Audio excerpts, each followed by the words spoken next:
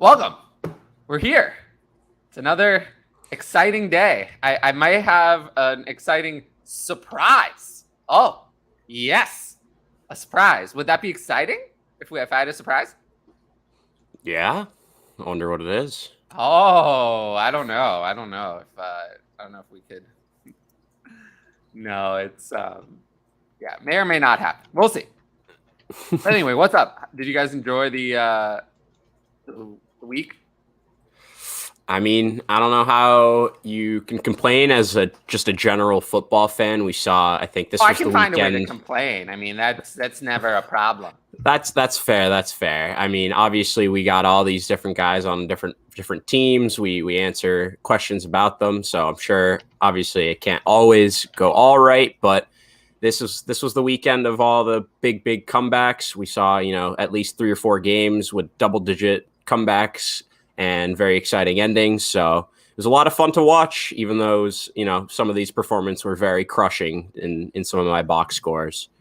Oh, box scores indeed. I mean, it was a bad week for my brand. Jonathan Taylor and the Colts did absolutely nothing. Jamar Chase and Joe Burrow lost to Cooper Rush and Kyle Pitts. Where is Kyle Pitts? Arthur Smith talking about fantasy. I think they swapped them out for a doppelganger in London. Oh, really? He's still there. He caught one in the Pro Bowl. Dude, Arthur Smith needs to get gone with Nathaniel Hackett and so many other coaches. Yeah.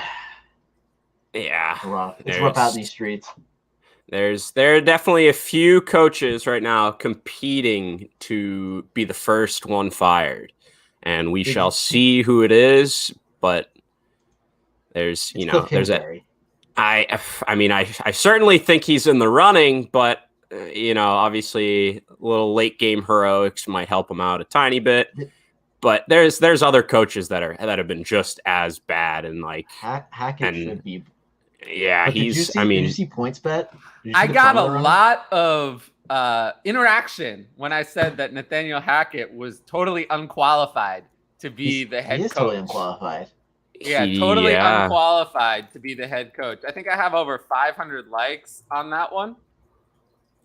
The promo that's PointsBet Sportsbook 457. is Russ is cooked. Not bad. Russ played so poorly that we're giving everyone a free bet who placed a bet on Russ to an MVP. Bruh. That's terrible. Well, I don't think we have to worry about him getting any MVP votes this year. I don't think he's going to get any of those. I don't think he's going to get any of those. All right, let's go to the top of the situation. So, show sheet. I mean, whatever. I need an adult. What am I even doing? All right, whatever.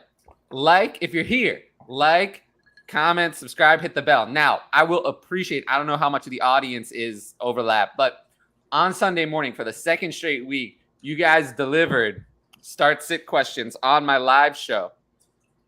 Very good job. I think we hit 55 concurrent viewers on that between all the platforms. So very, very good job there. And you also gave me 531 start-sit questions on Twitter. I did not get to all of those. I tried. It's literally not possible for me to answer them all.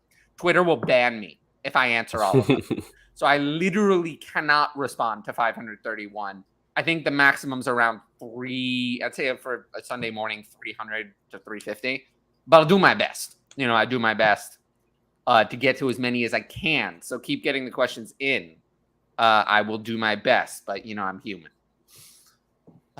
To my chagrin sometimes. So yeah, comment, subscribe, hit the bell if you're here. That really helps the channel.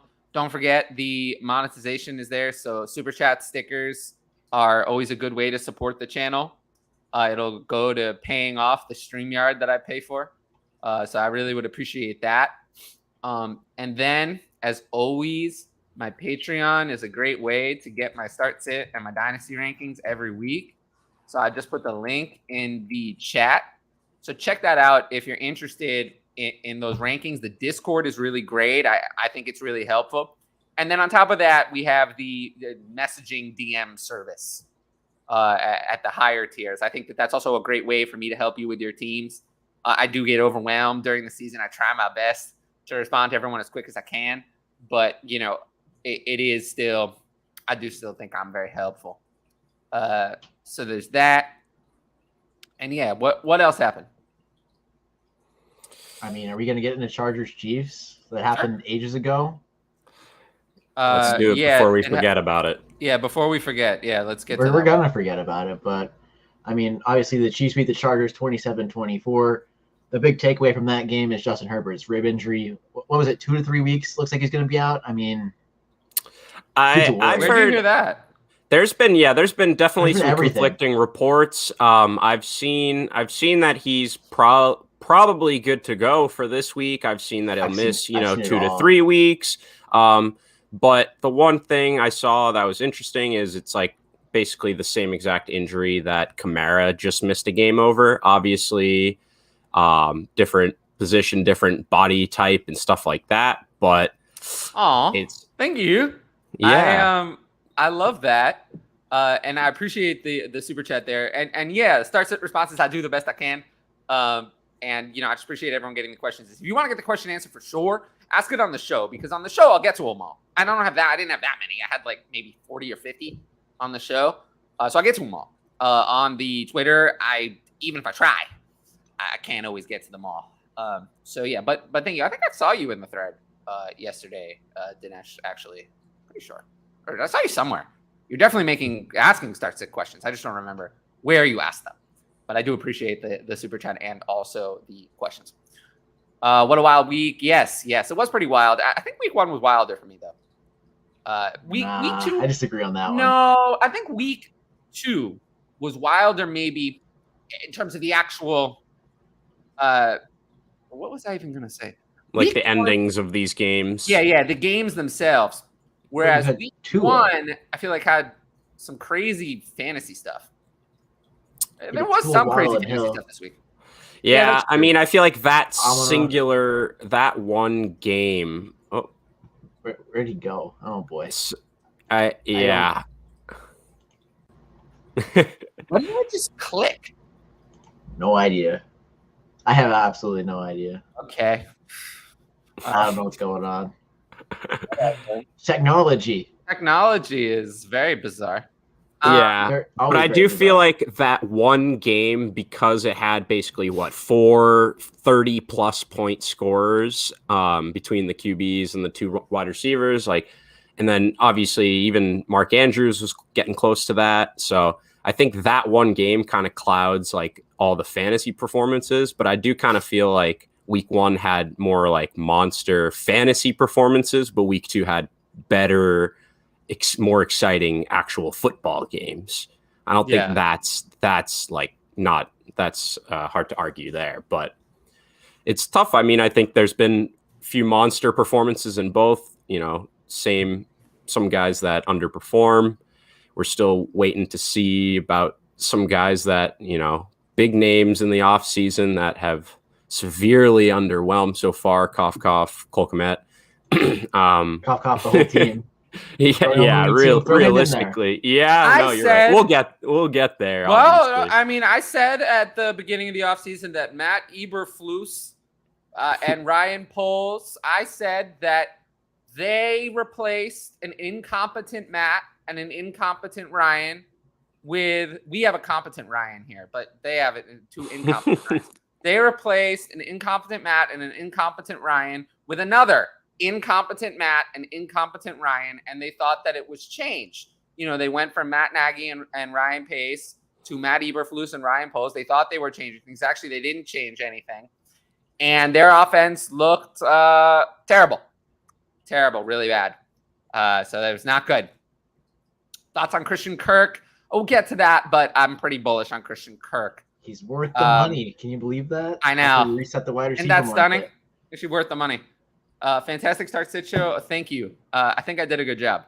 I do wonder. Yeah, I mean, I can't do a show like this solo, but I'm pretty good solo, especially with start sit. I still feel very strongly that in terms of start sit, I'm better off alone. For sure. I don't think there's nothing. The discussion only slows it down I'd never get to all the questions if I weren't alone. Trogdor, as a contender, what quarterbacks would you feel comfortable trading Lance away for? As a contender, do you really want to trade for Lance as a contender? No, trade away. Wait, yeah. Yeah, he's saying he's a contender, has Lance. Yeah, and he wants to get something to actually continue contending. In this brutal.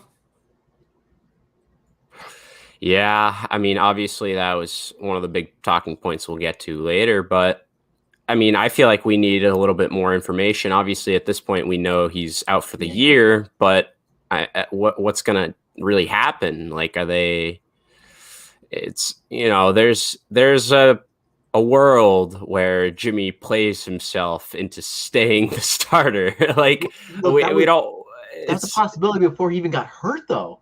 Yeah. So, I mean, right now, we don't know. Like, if you can still sell him high as like where, in a dynasty super flex, he was still, if you can still get like near QB1 upside or like value back, I think like go for it. I'd say 80% of what he was worth originally. And if you can't get that, just hold it until what happens. Yeah, I guess. I don't know. It's a tough situation, right? Well, what do you do? No, it's even tougher. The next comment. Maybe if Atlanta played Pitts as a tight end instead of a wide receiver running deep every play, Pitts could be a playable tight end. I guarantee you I'm going to say to start Pitts next week. I mean, what else are you going to do? Bench him? I guess, but the tight end is so ugly. Who are you going to bench him for? I mean, tight end is brutal. Brutal. Seems worse this year than years past, which I feel like we say would be better this year. Everyone said it would be better, didn't they? We say that like every year, and every damn year, and then it always ends up being bad. And what have we learned? What have we learned? Nothing. You want to hear something crazy? Let me read some of the names who are in tight end 1 range this time over the season. Here are some of the tight end ones. I mean, who would have put Tyler Conklin? Who would have predicted that Tyler Conklin would be in tight end 1? What about OJ Howard? He's currently a tight end 1. I'm glad he's back. Evan Ingram? No, he's not. Logan Thomas? There's some people Tyler out Higbee? there. It is. Gerald Everett? It is. Hey, Gerald Everett's actually really good. Yeah. I mean, Travis Kelce, Mark Andrews, and Darren Waller are the top 3, and everyone else. We need George Kittle back. Yeah. Oh, so that we can have 4 options. Exactly. And then if Kyle Pitts is currently the tight end 32. Yes, he's behind Eric Saubert, Colby Parkinson, and Taysom Hill. Yeah, not good. It is. He's, if nothing, he is consistent. He's put up 2 for 19. I've seen that joke a few times, but it's. I mean, I was going to bring it up later, but you don't really like to hear. I don't know. Did you guys hear what the coach said after the game too? And it's like, that's he says it's not fantasy football. We're just trying to win games. They're not like winning yes, games. like yes, right? Yes, obviously these head coaches aren't playing to make their guys fantasy stars, but if you have a guy or 2 guys that are your best players, you need to try to feature them. And they're doing a fairly good job so far with obviously their rookie star who's coming on, and we'll get to that game later. But it's astounding how little Pitts is involved in this offense. I appreciate that. So, I offer Lance and a first for Allen. That won't get it done. Yeah, that won't get it done. No. Yeah. You know my answer to this, but how much would you pay for AJ Brown if you have Hurts? It doesn't matter if you have Hurts. Is 223 first and 24 first too much? Yeah, I would say so. Yeah. I think that's too much. I'd take that and go offer it for Justin Jefferson at this point. What do we do with Mooney? Can't really drop him. All right, let's split that up. So redraft Dynasty. So in Dynasty, I'm just out.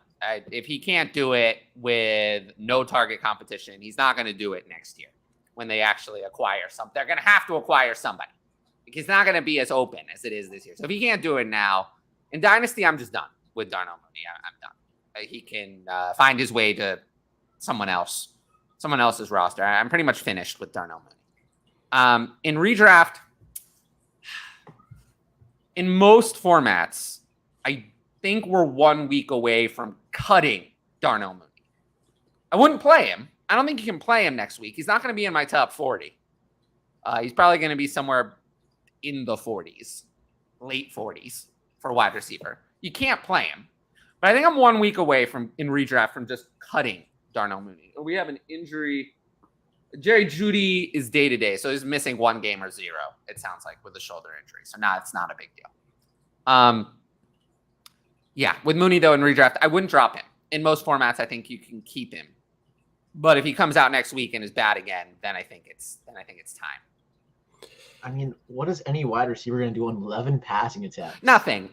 That's exactly. So you're right. But if next week against the Texans, it's another 11 pass attempts, then you can just cut Darnell Mooney and move on. Cole Kmet, you can cut now. That run play out of shotgun last night? I won't be. I mean, he was in the end zone, but it was a terrible call. What was that call? It's a terrible call. I mean, I loved the call itself when they're like, it's in there, but is there any evidence it's in there? It's like, it's someone drew it. Someone drew a line. And like, me being a big soccer guy as well, it's like they have every piece of technology to make sure they get this exactly right, and they've had it for years. It's like tennis before Hawkeye. Yeah, it's crazy. So I mean, I don't understand why they're refusing to get the calls 100% right. But I mean, that team looked miserable. And I agree. Going back to the question, I agree with basically everything you said, Tyler. Like, you're not going to drop him in Dynasty right now, but we are basically a week, or in redraft, but we're a week away from dropping him in redraft as well. And like you said, Kmet, I've already dropped in one of my leagues before this game, and it looked like it was a good move. Yeah. Probably a bad time to get value for Lance at this point in time. Sell later, but buy Lance now. Now, what if Jimmy Garoppolo takes the 49ers to the Super Bowl? What about that? And then what do you do? Do they go back to Trey Lance, or do they try to re-sign Jimmy Garoppolo? I think so. My thinking is that it's more likely that in the next, let's say, 6 weeks, Jimmy has such a poor game that a report comes out and says, Lance will still be our guy when he's healthy for next year. Like, some type of report like that is going to come out when Jimmy has a bad game. And that's when I would, if you really need to, and like kind of want to trade him away for contention, like, I think I would kind of wait until that moment. What do you guys think about that? Would you rather have, I mean, maybe I don't know, but would you rather have Trey Lance or Justin Fields right now?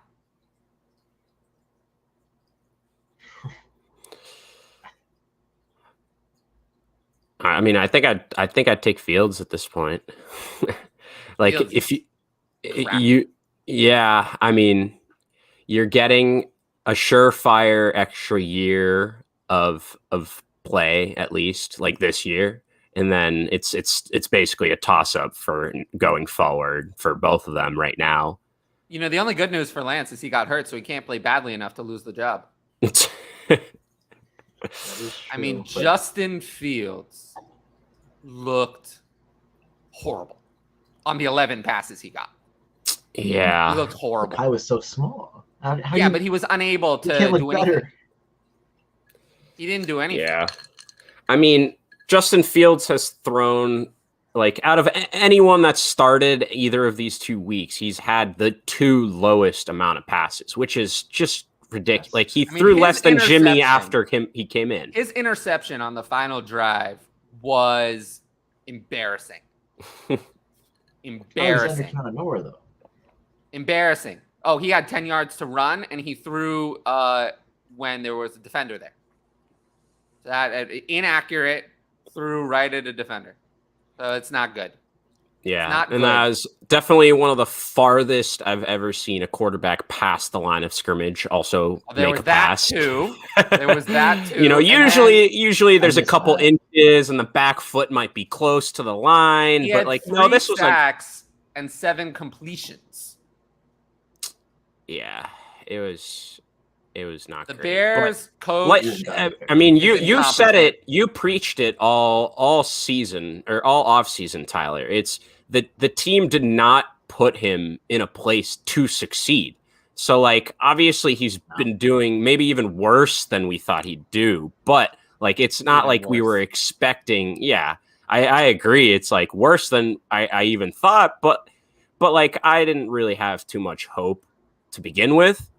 For this year, at least, it's even worse than it seemed. Yeah. Yeah. I mean, we were hoping he at least had that connection with Mooney, and you know, if he could use him and Komet, it's nothing. It looks like him and Equanimous St. Brown have a better connection than anyone else on the team. So, I mean, I just don't know what to make of that.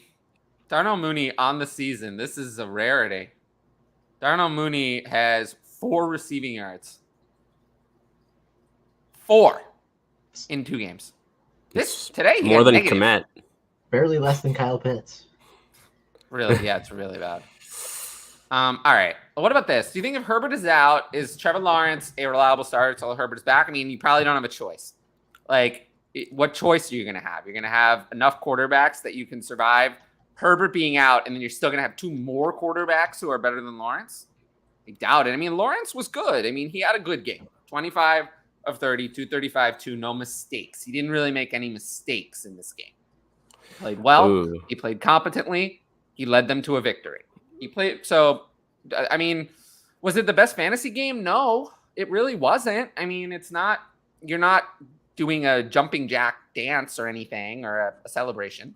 But he was competent, and I mean, next week is the Chargers. For the Chargers, yes. I was just about to say they actually play against each other. So I mean, at least for next week, I think I'm feeling, you know, fairly fine with him filling in, and we don't project that Herbert's going to be out for more than 2 weeks. I'm not terrified of the Chargers defense, really.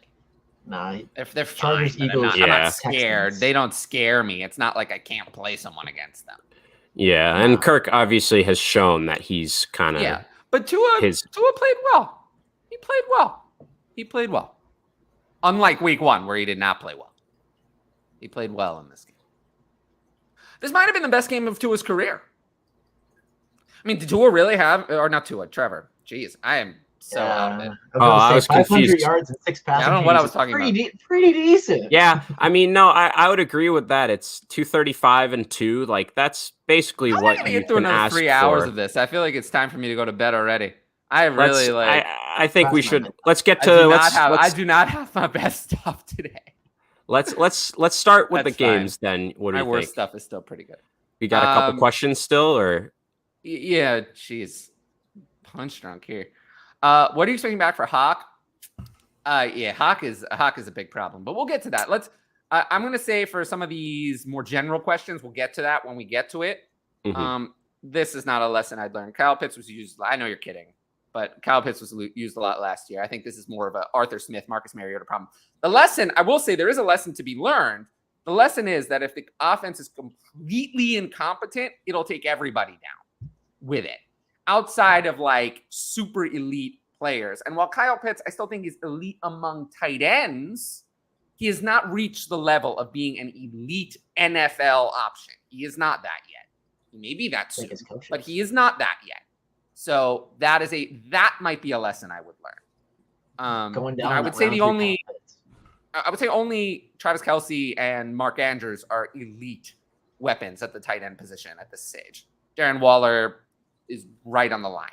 Healthy George Kittle is there-ish, but he also is more of as a blocker, he needs that part to maybe be fully in that group. I like how he gets dinged for blocking because he's so good at it.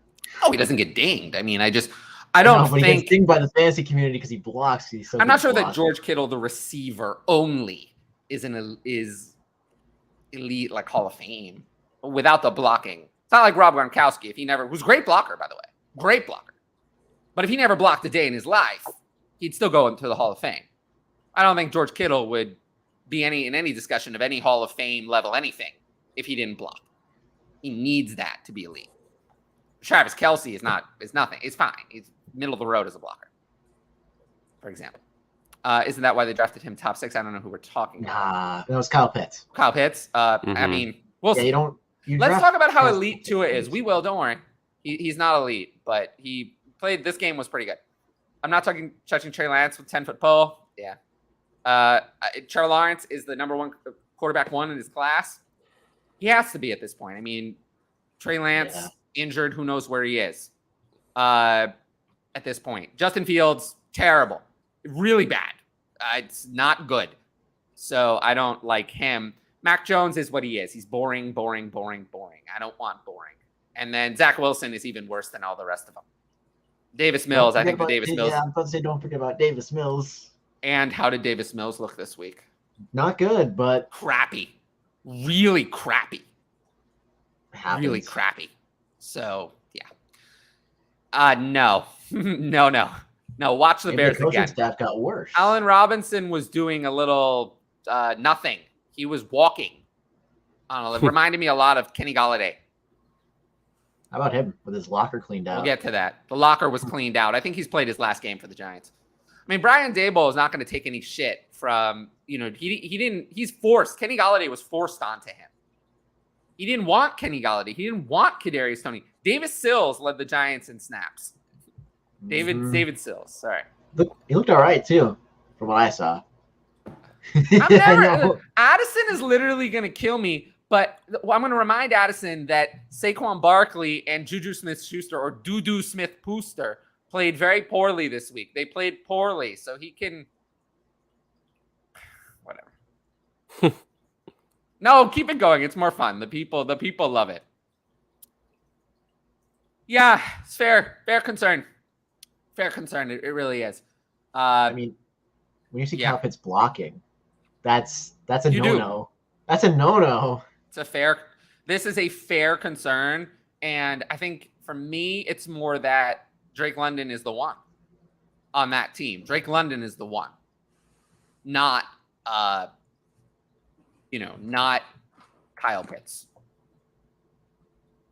Should be the one though. But let me ask you a question: would you rather in Dynasty, if you had to choose, would you rather have Drake London or Tyreek Hill? Tempt you. It's not Drake tempting. London. It's Drake London. Drake London. I feel like I'd rather. He looks every bit of the star they kind of drafted him to be. Honestly. Yeah, I feel you. I still take Tyreek Hill, but I get it. Tyreek Hill has only been elite in 2 games, and he's been really great. I still take Tyreek Hill. Tyreek Hill actually gained a lot of value in my rankings as he's not slowing down. The offense is exactly what I said it would be, by the way. Exactly. Funnel offense of all funnel offenses. It's exactly what I said. And both Hill and Waddle, I think, are going to eat. As they should. It's basically the Falcons could take a thing or two away from giving 60% of their targets to 2 players. They have Marcus Failure as their quarterback. Marcus Failure at the quarterback position. So with failure, once you start, the problem is you have failure at the head coach and failure at the quarterback position. So when you have failure at head coach and failure at quarterback, it's very difficult to do anything because that really puts a wrench in the the situation. give him a Sean Payton and Bryce Young or CJ Stroud. That'll fix everything. I think Desmond Ridder should go in this week. I think Desmond Ridder should go in because I think I've seen enough. It's against the Seahawks. I think Desmond Ridder should go in. I would put Desmond Ridder in. It's already 0-2. I feel like it's already too late. Let's put Desmond Ridder in. It can't be worse. I mean, Marcus Mariota was another embarrassing performance as a thrower. He ran well in the first game. I don't know. How did he do as a runner in this one? Nothing. No. Yeah, 6 of 16. It's not as good. But as a thrower, it was embarrassing. He didn't know how to where he forced it to Bryan Edwards on that last play of the game was a big mistake. He should have done something else. These first round, No, I'm still taking Pitts. These first round receivers looking pretty stout. London, Wilson, Dotson, Olave. Yeah, they all are. Of that grouping, though, Dotson is still the one where I have the most questions. The most questions, for sure. Because he's the one who wasn't an elite or even a good prospect. I mean, he's fine. He was a fine prospect. But London and Wilson were elite. Or not elite, but they were very good. Very good. Solid. Excellent. They were tier below. They weren't Jamar Chase. But they were, maybe a step or two, not a step or two down from that, but guys you have in every class, like DJ Moore level prospects. Very good prospects. I thought and then Olave was like a step beyond that, but still was a solid prospect. Did you see his air yards this week? I thought it was a typo. Well, he was great. I mean, he had 14 targets. I thought it was a typo. Yeah. Jahan Dotson is doing it through touchdowns. My thing about Jahan Dotson, though, is I would love it if they got a real quarterback. Because if they got a real quarterback, that offense would be scary. If Curtis Samuel's really back. Left. 1 for 1. You only get one. Would you have Jahan Dotson or Terry McLaurin in Dynasty? You get one of the two. I think it's still got to be Terry for me. Maybe the Penn State bias is peeking through a little bit for me, but I think no. I mean, Dotson has looked he's phenomenal. Really good first 2 weeks. Yeah, I think I basically very close for me. I agree with what you were saying, Tyler. Where he is the one that I have the most concern over out of this list.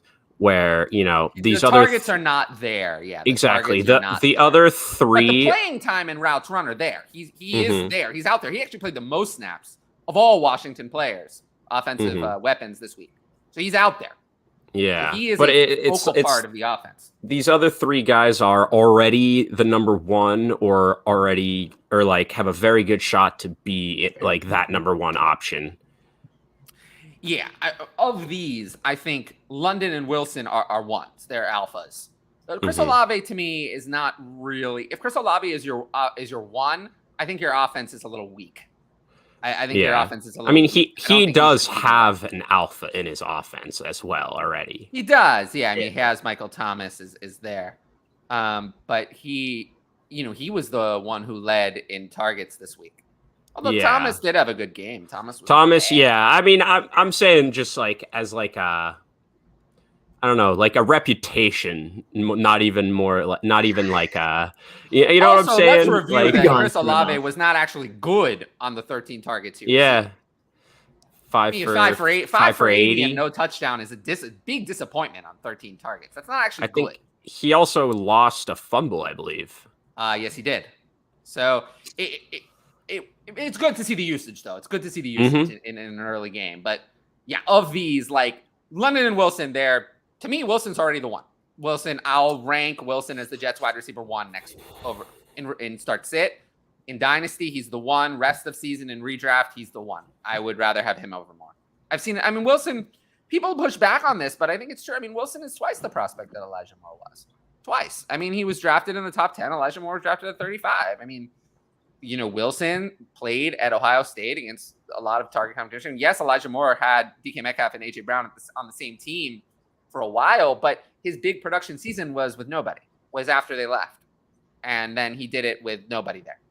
So of those, Garrett Wilson is just a far, far superior prospect to Elijah Moore in every way. In every way. So I don't see any reason to find it hard to believe that he is better. I don't. Why is that? That shouldn't be hard to believe. It's very reasonable. I want to double back on that Olave thing. Only 43% of his targets were catchable. I think he had a good game. It's not his fault that his quarterback was playing with 4 broken bones in his back. Yeah, I mean, but it is also then the targets are kind of pumped up. Like you're crediting him with a target on a ball that was nowhere near him. So maybe the 13 targets is kind of. I mean, it's not like they were like dump offs either. His average depth of target. Sure, but if the target was 26.1. nowhere near him, that means that he probably wasn't open on that play.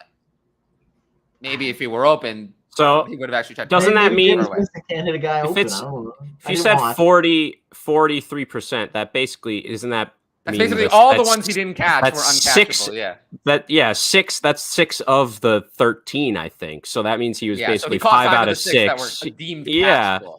No, so looking at it like that is good. I don't really have an issue with him. It's Jahan Dotson who's just not getting the targets at all, but is scoring touchdowns. Mm-hmm. So Jahan Dotson, I'm not sure I would start Jahan Dotson next week. Of course, Olave, I would definitely start. Yeah. I mean, Dotson has been a staple in my 16 league, or at least for 2 weeks, and been paying off. These moves that you're talking about, I mean, it's hard to say what moves you should make. I don't see. I mean, what are you going to do? Trade CMC or Saquon away? I mean, trade AJ Brown away? I mean, as soon as this is redraft, like I don't know what. I'm sorry you're 0-2, but like I don't know how to fix it for you.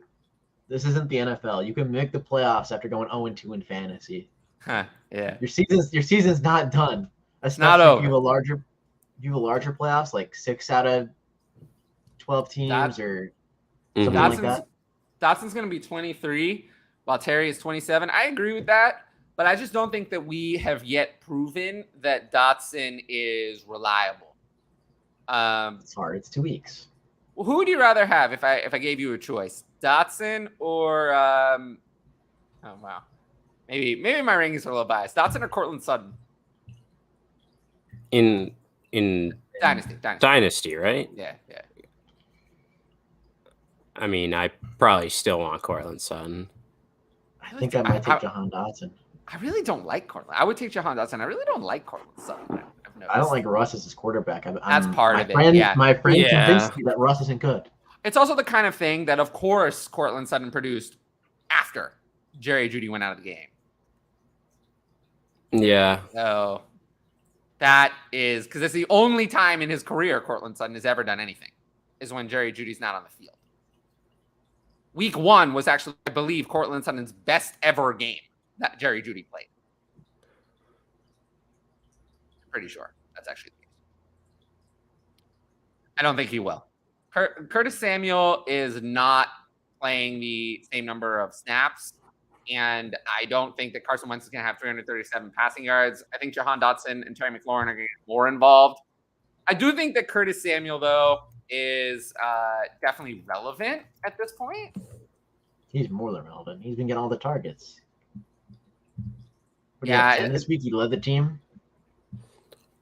He only ran one less route than Terry, and he was on for exactly as many snaps as Terry as well. And like you said, Jahan led the team in snaps, but I mean, I like the targets and I like the carries too. Like obviously they're like high value, like kind of opportunities.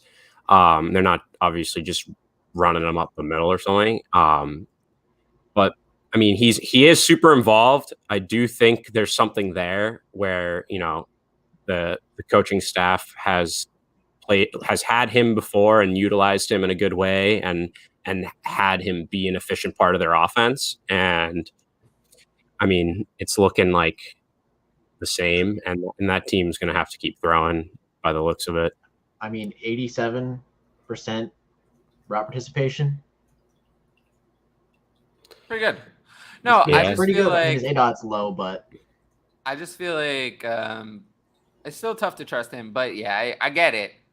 It's nice that they don't really involve anyone else other than their top weapons. But I have to think that Terry McLaurin is going to get on track a little bit more, and that'll obviously take away from the others. But it'll be tough to rank them because you don't really believe in Carson Wentz. but it's hard to avoid all of these players. So I don't know. I think Terry McLaurin is the one I have way too high. I ranked him at this week. I had him at like wide receiver 13. I think Terry McLaurin should be more like in the 20s. And then Jahan Dotson and Curtis Samuel maybe in the 30s or 40s. Yeah, I mean, this is the thing is I think it's not the gap is way too large until Terry McLaurin shows me that he is an alpha again. Because he's not. He hasn't been an alpha in either of the first 2 weeks. He's not really getting meaningful usage over the other two. If you just saw the box scores from the first 2 games, you would have Terry McLaurin last of the 3. Yeah. The only reason Terry McLaurin is ranked higher weekly is based on his reputation. So I don't know. The reputation, I feel like we're at the point. For me, usually after 2 games, I start to. After one game is one game, but after 2 games, if something is continuing through 2 games, I usually then focus more on what's happened this year over someone's reputation. So Terry McLaurin is going to go down in my rankings until he proves why he should be higher in my rankings. So he won't be in the top 20 next week for sure. I will not put him in the top 20. Ranking the other 2 is going to be more difficult. Yeah. Yes, he is. Curtis Samuel is leading in targets. It's true. This year is expected to be different for Sutton and Judy. Well, let's see it be different. I don't know if Judy's going to miss next week. So that'll kind of decide. If Judy's out, Sutton will be ranked very high for me. I can't do it. I can't do it. Russ looked bad against Seattle and Houston. Didn't matter. Cortland Sutton's produced in both games. And this last one, even though Cortland, yeah, I mean they were looking for him on the goal line too. He missed out by like a toe on a touchdown. I mean, Cortland Sutton caught 7 of Russ's 14 completions, and he accounted for 122 of his 219 passing yards. So yeah, I mean, if Jerry Jeudy doesn't play, Cortland Sutton is a must start. I mean, if they keep dodging Devontae the goal line and then keep throwing Cortland Sutton goal line fades, then maybe I'll get on board. But yeah, no, I hear you, but it's hard to turn down the volume. Dotson is too talented. Once the targets go up, yeah, I challenge McLaurin for the wide receiver 1. Maybe. Is Lamar a favorite for MVP? I mean, I don't know. He's the favorite to get that bag. That's what he is. Yeah, he's the favorite to get paid. As of now, though, who else is really in the running for MVP? I mean, who's really been stellar at this point? I mean, MVP is usually a quarterback. It can be another position, but it's almost always a quarterback. And now, Lamar statistically has been the best, very good. I mean, Patrick Mahomes is in contention for MVP. He currently has 595 passing yards, 7 touchdowns, no interceptions, completing 73% of passes. So I think he's in contention. 2-0 record. Probably be the top 3, honestly. Those 2 and what about Daniel Jones of the 2-0 Giants? No. They're 2-0 in spite of Daniel Jones' terrible play. Yeah, he's actually been terrible. He has not been great. Yeah, I just didn't include Josh Allen because he's only played 1. He didn't play tonight. Yeah, but if he keeps rolling it, then he'll be included. Pretty much. Yeah. It's kind of surprising to me as well. But yeah, we can. Surprising. The splits without Tyreek Hill with Mahomes in were good. I'm more surprised at Tyreek. Yeah, that's the part. That's what I'm saying. Yeah. But yeah, we can go ahead. Let's yeah. Yeah, finally getting into the games. Yeah. I mean, we talked about Herbert's rib injury a little bit. Hopefully he doesn't miss time. Yeah, hopefully he doesn't miss time. Gerald Everett was one of my big takeaways from this game, along with Mike Williams. I mean, they both got 10 targets. I'm more stunned to see Gerald Everett get that kind of work in the passing game. But Mike Williams stepped up without Keenan Allen. 8 for 113 and a touchdown. I mean, there's not much to say more on that side. I mean, Josh Palmer had 8 targets, didn't do much with it, but that touchdown catch was incredible too. Just incredible. But that's why I think I saw a lot of lot of things on Twitter throughout the week with, even though Keenan was ruled out, like because Mike Williams put up such a dud last week, like, oh, I'm not confident. Should I still start him? All this stuff. And it's like, it was kind of surprised me because it's like, when has Mike Williams ever been a consistent guy that doesn't give you duds in huge weeks? Like, yes, last year he was a little bit more consistent by his book, but that's because the year before he was, 30 points one week and a goose egg the next. And so he was a little bit more consistent last year, but he's always the type of big play. Like one week he's not going to be as involved, whether it's game script or whatever the team saw against the opponent. But some weeks he's going to be heavily relied upon against, a team that's also going to put up points without your other lead star wide receiver. And so I think he really stepped up. James Palmer, like you said, didn't do that much, even though he filled in and kind of got the work. He saved his day with a late touchdown. And then I think Austin Eckler, I think that's kind of the biggest talking point on that team is really kind of his usage or like lack thereof, where yes, we know he's not like an every down back that's out there. But last year, because he had the goal line work on lock and he was out there still, like at least 50, 60%, he was able to obviously be the number 2 PPR wide receiver or the running back. And this week he did save himself at the end of the game. He caught 5 catches on that last drive or two. So quarterback is broken ribs, I guess. Yeah, and so he ended up with, I believe, more than 18 points or something like that. But I definitely think it's a little bit discouraging seeing the lack of usage and how much, Sony and Josh Kelly are kind of getting a couple touches, seeing the field more than we'd like. But I do think, especially if Herbert were to miss a game or two, I think he'll be heavily relied upon, both, as a rusher, but as a pass catcher out the back, just kind of an extension. Yeah, I have to ask: does Brandon Staley hate us first touchdown bettors? I really need to know. This is 2 weeks in a row with Xander Horvath, not 1, but 2. I know tons of people had that Sony Michel ticket lined up and ready to roll, and they just couldn't cash it in. But yeah, is Austin Eckler a buy low? He's not a stay away, but I don't know if you could buy low necessarily. It's really hard to buy low on guys 2 weeks into the season, especially when they just look at the box score scouting, like you said. They see the 9 catches, they see the 18 points in PPR, and they think it's a down week. And I think it was a buy low after week 1. Now I think we're almost basically back to normal value if you're not digging as much into kind of the usage and the metrics. I mean, if Chase Daniels starts, he's going to get absolutely peppered with targets. I'm sad to see Chase Daniels per snap money rating go down. I know. He's had the dream life of just making millions and taking 50 snaps ever. It's just like 50 snaps ever. He's like gets $4 million every year. Yeah, kind of jealous, little jealous. Oh, of course. I think we should flip to the other side.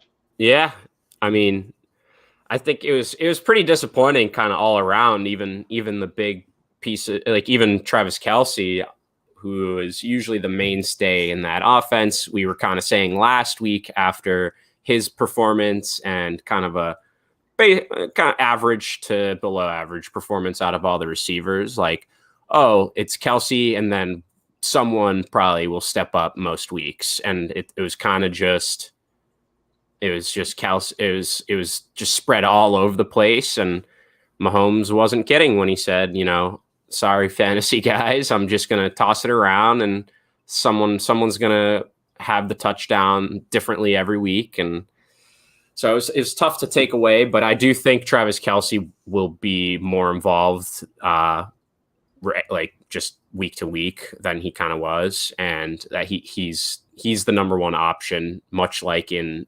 Baltimore with Mark Andrews. Like there's only a handful of guys, these tight ends, that are the number one option on their offense, not just the number one tight end.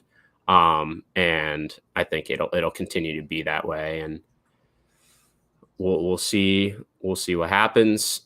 The team still looks good. Like he came in, he threw the ball around. I didn't know Marquez Valdes-Scantling had 7 targets. That's kind of surprising to see. I watched the game. It didn't feel like it. Obviously, Juju not good. But Eric, if Amon-Ra has another blowout game, it'll be too late to buy him. Might already be too late, to be honest. Yeah, Eric, it's too late.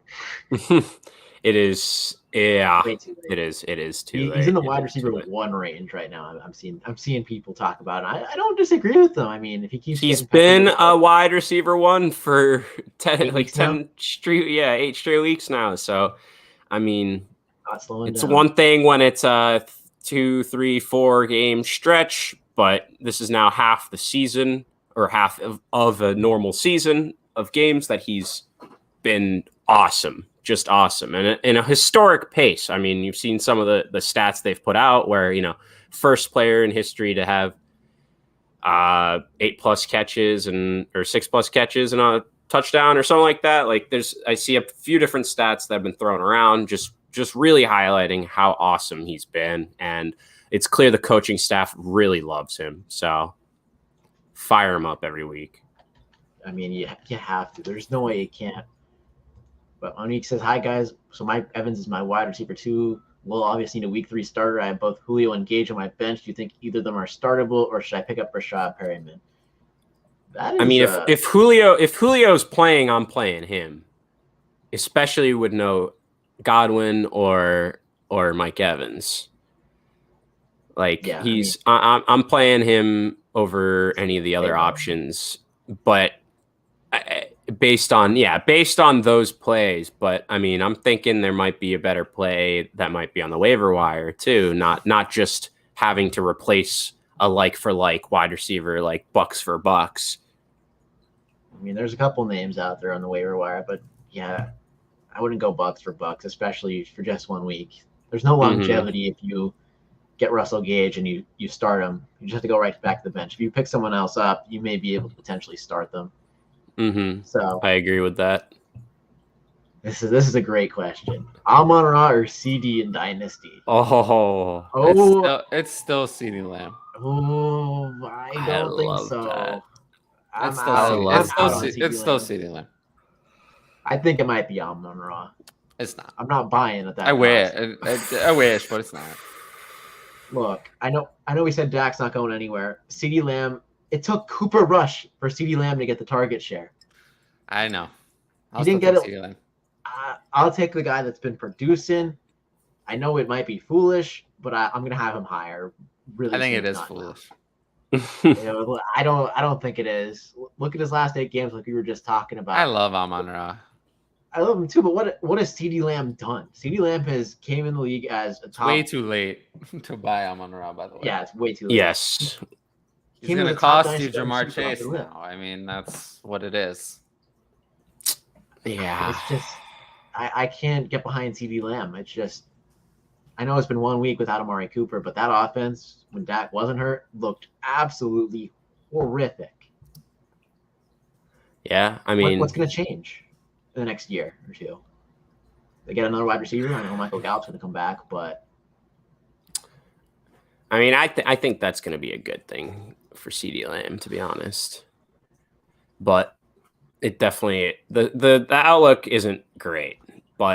And I don't fault you for wanting Amon-Ra over CD in Dynasty at this point. I think I would still They're in the same tier though. Yeah, I think I would still have to go CD, but it's like every game this happens, it's like he's just closing the gap and creeping up. Yeah, definitely. I mean, it's hard. It's hard to keep him lower in Dynasty. I know a lot of people are taking their L's. Mistakes were made in the Dynasty community this offseason with Amon-Ra falling, but yeah. So, Tyler, do you have any thoughts on anything in the Chargers or Chiefs game? That's what we kind of just covered before we were about to move on to Browns and Jets. That was a while ago. We can move on. Okay. I mean, right. Speaking of fun games, Jets came out of nowhere. I mean, I think I saw Flacco's third in passing yards so far through 2 weeks. This is interesting to say the least. I posted the poll. We saw the poll about Zach Wilson getting his job back. Yeah, he's gonna get his job back. Really? Yeah. I think that would be a mistake at this point. I've seen enough of Zach failure. I think he should focus. I really do. I have a suggestion for him. I think he should focus on he doesn't really have a lot of talent at the quarterback position. He's not very good at that. But I do think he's really, really good at finding older women to sleep with. He should focus his talents in that arena and stay off the quarterback position in the NFL. I don't think he knows anything about that. So he should stick to what he's good at. And let Joe Flacco play quarterback. I think the Jets need to go in a different direction. Zach Wilson is not it.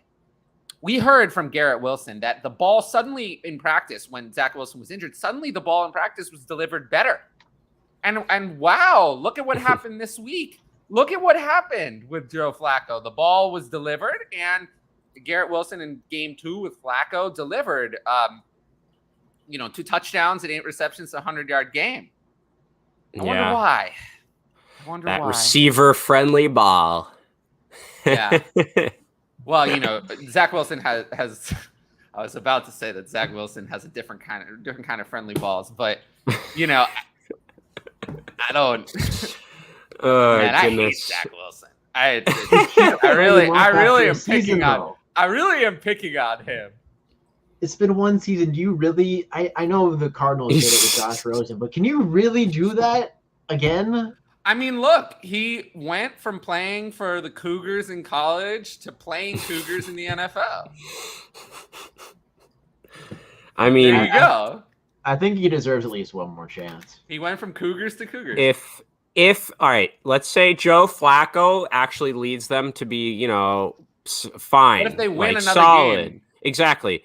If he's doing that, what if they beat the that's Bengals enough? Next week? The Bengals are next. What if they beat the Bengals next week? If that's enough to keep Zach Wilson away from the starting job, I think that is enough to that's telling us enough. Because I agree, I don't think it should be a one and done deal. He was such a highly, thought of prospect, whatever. But if the team is yeah, we're 500 with Flacco, we're going to do better with him. If the team tells us that and just keeps Zach Wilson out when he's healthy, I think that then is okay, this is not good at all. Asset mismanagement, though. It's so bad. Well, that's their fault. That's their fault. But then it gets the coaches and GMs fired, which they don't want to get fired. It's a double-edged sword, and you can't make the right decision because there's no cleared replacement beyond Flacco for this season, which Flacco's Joe Flacco, but we don't have to get into that. It's just so bad that I thought Zach Wilson was going to be a little better in his rookie year, and he just wasn't. When you throw more interceptions than touchdowns, it's a problem. A little bit. Just a tad. Yeah. But, I mean, getting on with some of their other pieces, obviously, we talked quite a bit about Garrett Wilson earlier, kind of discussing him versus Elijah Moore. And, I mean, he's definitely looking every bit like the wide receiver 1 there now. He had he was targeted on 38% of the routes he ran, which is just it's just crazy. Obviously, he did well with them. He had the most slot snaps, which is, he was basically taking a lot of Berrios's work. And I think he's going to continue just siphoning work off from Corey Davis, and just he looks awesome. And it's clear Flacco has kind of eyes for him too. And it was tough to see as an Elijah Moore kind of manager there's a lot of different opportunities, really poorly overthrown or whatever balls from Flacco, where they were looking for more, like, in the end zone at times, like different shots in that area, but something just isn't clicking with those two. It just isn't. He's a buy though. I think he is because his value's gone down more than the reality. He hasn't produced with a backup quarterback. This happened last year.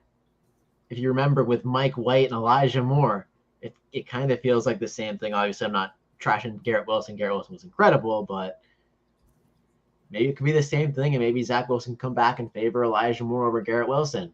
You don't know. That's if he gets his job back, man. He's gonna get his job back. He has to. He shouldn't. He shouldn't, but he will. He shouldn't, but he will. I think I'm kind of in that boat. Like I genuinely don't really even think he should get his job back with not even like how the team's doing, but like it's like clear the receivers just like Flacco, like as a quarterback and as the guy throwing them the passes and leading the offense better. So it's tough. But like you're saying, it's like asset mismanagement. It's like these guys, they don't want to get fired either. They're not going to keep likely not going to keep the 40-year-old in there when you have a guy you picked second overall waiting in the wings. But what if the guy you picked second overall sucks? What about that? I think what if he sucks? I think we kind of almost know that. I think we know that already. It's impossible. And I think we know that already, but I think you still kind of have to as those guys. That's their fault for putting themselves in this situation. I'm not going to disagree. Rookie season. We would have wrote him off. They picked a cougar who likes cougars. You get what you deserve.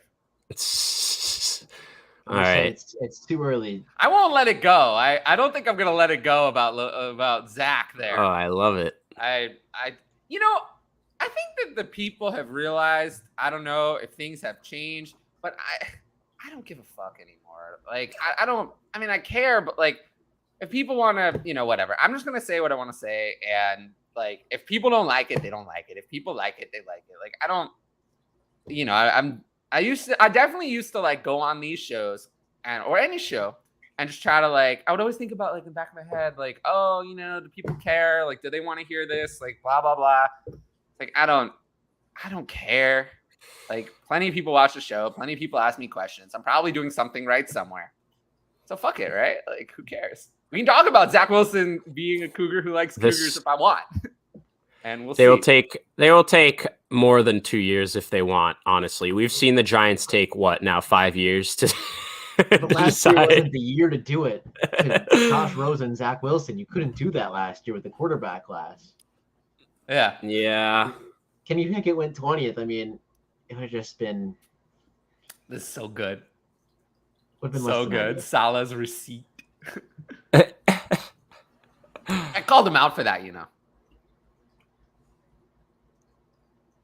feel like we're not actually recapping anything, but who cares? I missed all of that. No. I mean, before I have to head out, let's just hop into the Cleveland Browns side real quick. How about Nick Chubb with 3 touchdowns? I had something interesting actually back. Okay. Before we go to the Browns side. So I don't know if were you the one that wrote about Breece? Yeah. So I was actually not really encouraged by this week. Me neither. Right. So, just looking at the snaps, he played less than half the snaps that Michael Carter did. Okay, that's looking at that alone, not a huge deal, right? But they both got 7 carries. Carter gets the only goal line rush. Carter gets the edge and targets in a game they were down, the whole time. And guess who played the most third downs on the team? Ty Johnson. Ty Johnson had 6 third down snaps. Wait, where's my special prize? I knew the answer. I feel like I deserve a prize. Can you send it in the mail? It's coming in the mail. The medal is coming in the mail. A medal? Oh, I love that. That's like a perfect prize for me. Thank you. Can it be gold? But it can be whatever you'd like. At least gold plated, so I can feel good about it. But it's just like, this is exactly what I didn't want. Last week I was saying, hey, like, Breece, he was still the clear number 2 behind Carter, but at least he's out there. He's getting some good touch. He's, he saw a bunch of targets, but at least it's just them 2. At least it's them 2. And then we come over here this week, and Ty Johnson gets 6 of the 8 third downs. He gets some obvious passing situational work. I cannot be just by Breece's usage in this game. Every time red zone flipped, I saw Breece. So he had 1 target and he had 1 catch and he had that touchdown. Yeah. So he did make the most out of that. Let me ask you an important question. I have an important question to ask you, and then we'll get Ryan's answer, and then we can do that. But who would you rather have in Dynasty, Breece Hall or Amon-Ra St? Amon-Ra. Me too. No question. Crazy as that is, right? Yeah, that to me. It's crazy. That's where we are, but I think that's where we are. I wasn't too high on Breece in terms of redraft this year. I know some people I think Ryan, you had him pretty high up. The best ball clip. Right. So I wasn't that as high on his this year outlook. I'm not saying he's not a great player. He's a great prospect. He looks good and he'll eventually be a great player. But right now he's not out. He's not beating Michael Carter for that job. It doesn't look like that's going to happen that soon or anything. And we were hoping, okay, that's fine. At least, it's just them 2 and they'll figure in and get all of the work out the backfield. It's no, they actually would rather take him off for Ty Johnson for passing downs for third downs. And so after what we saw week 1 and then seeing this, I just don't like it. And so, I'm not going to be that. I cannot blame you for not liking it. Right. I'm not optimistic on his season-long output. I do think he'll have a few games where, in week 1, he'll get a bunch of targets, maybe game script dependent, whatever it is. He'll have a few boom weeks, but we really needed him to outright supplant Michael Carter to be the RB1. And it didn't mean he had to get the whole workload, but we were hoping he gets 60%, 65% maybe of that backfield. And right now he's nowhere near that. So yeah, I'm sorry, Ryan. I have so much round 4, round 5 Breece Hall. I just want to bomb it everywhere. I know it's really been a disaster. Tough. It's been a disaster, but I see the 7.1 yards a carry. I'm like, there's still promise there. He's a good player. Just the coaching staff, and it feels like JT all over again with Frank Reich in his rookie year. Yeah, but I'm not really optimistic about Michael Carter either, because this Ty Johnson usage is not good. Yeah, it's becoming quickly another. It's becoming the Patriots backfield where Ty Johnson is the Montgomery, and these 2 are just kind of obviously both of them can catch more passes than one Damian Harris, but it's just 3 guys that are kind of rotated around. One guy kind of has a very specific pass catching role and comes in mostly on third downs. And then the other 2 kind of share. Managed to catch no passes. Exactly. Right. Yeah. But it's that's, and it's not even it's not a massive deal, but it's just it sucks that you're taking either of them out for a Ty Johnson on a third down, on everything. It's just that's incompetent coaching at its finest. I'd like to say so, but they trusted him in week 1 to do some of these things. What changed where they were actually we would rather have Ty, who we know from last year and did a solid job as our third down. Probably putting a good word for Ty Johnson. He's exactly what happened. Let me give you a little give him a little monetary incentive. I have to head out. It was fun talking football with you guys. I'll be back next week. Good luck. I'll see you guys later. Right. For sure. But yeah. So I think it sounds like you're on the same page with me. With just overall a little bit hesitant, skeptical on Breece. Yeah. But so flipping it over, I mean, I like both of those running backs a lot. I mean, obviously Nick Chubb, when he's not the Bills. Yeah, not the Bills. All right, yeah, there's a lot in the chat, but nothing. I'll take. We talked about that. All right, we're good. That was tough. Yeah, I mean, obviously, if Chubb doesn't get his touchdowns vultured by Kareem Hunt every time and actually got to score all of them, like he would be a surefire RB1 even in PPR. But that's not every week that he's going to get all three of his touchdown, and he's going to get to just end each of his drives. But I mean, they're both going to get ample opportunity. That team is gonna be a run first, and why not when you have Nick Chubb and Kareem Hunt? And so they got, I think Chubb had 20 opportunities, combined carries and targets, and Kareem Hunt had 15. Obviously, Chubb far more effective and fantasy friendly with his touches. But what would you think about the backfield?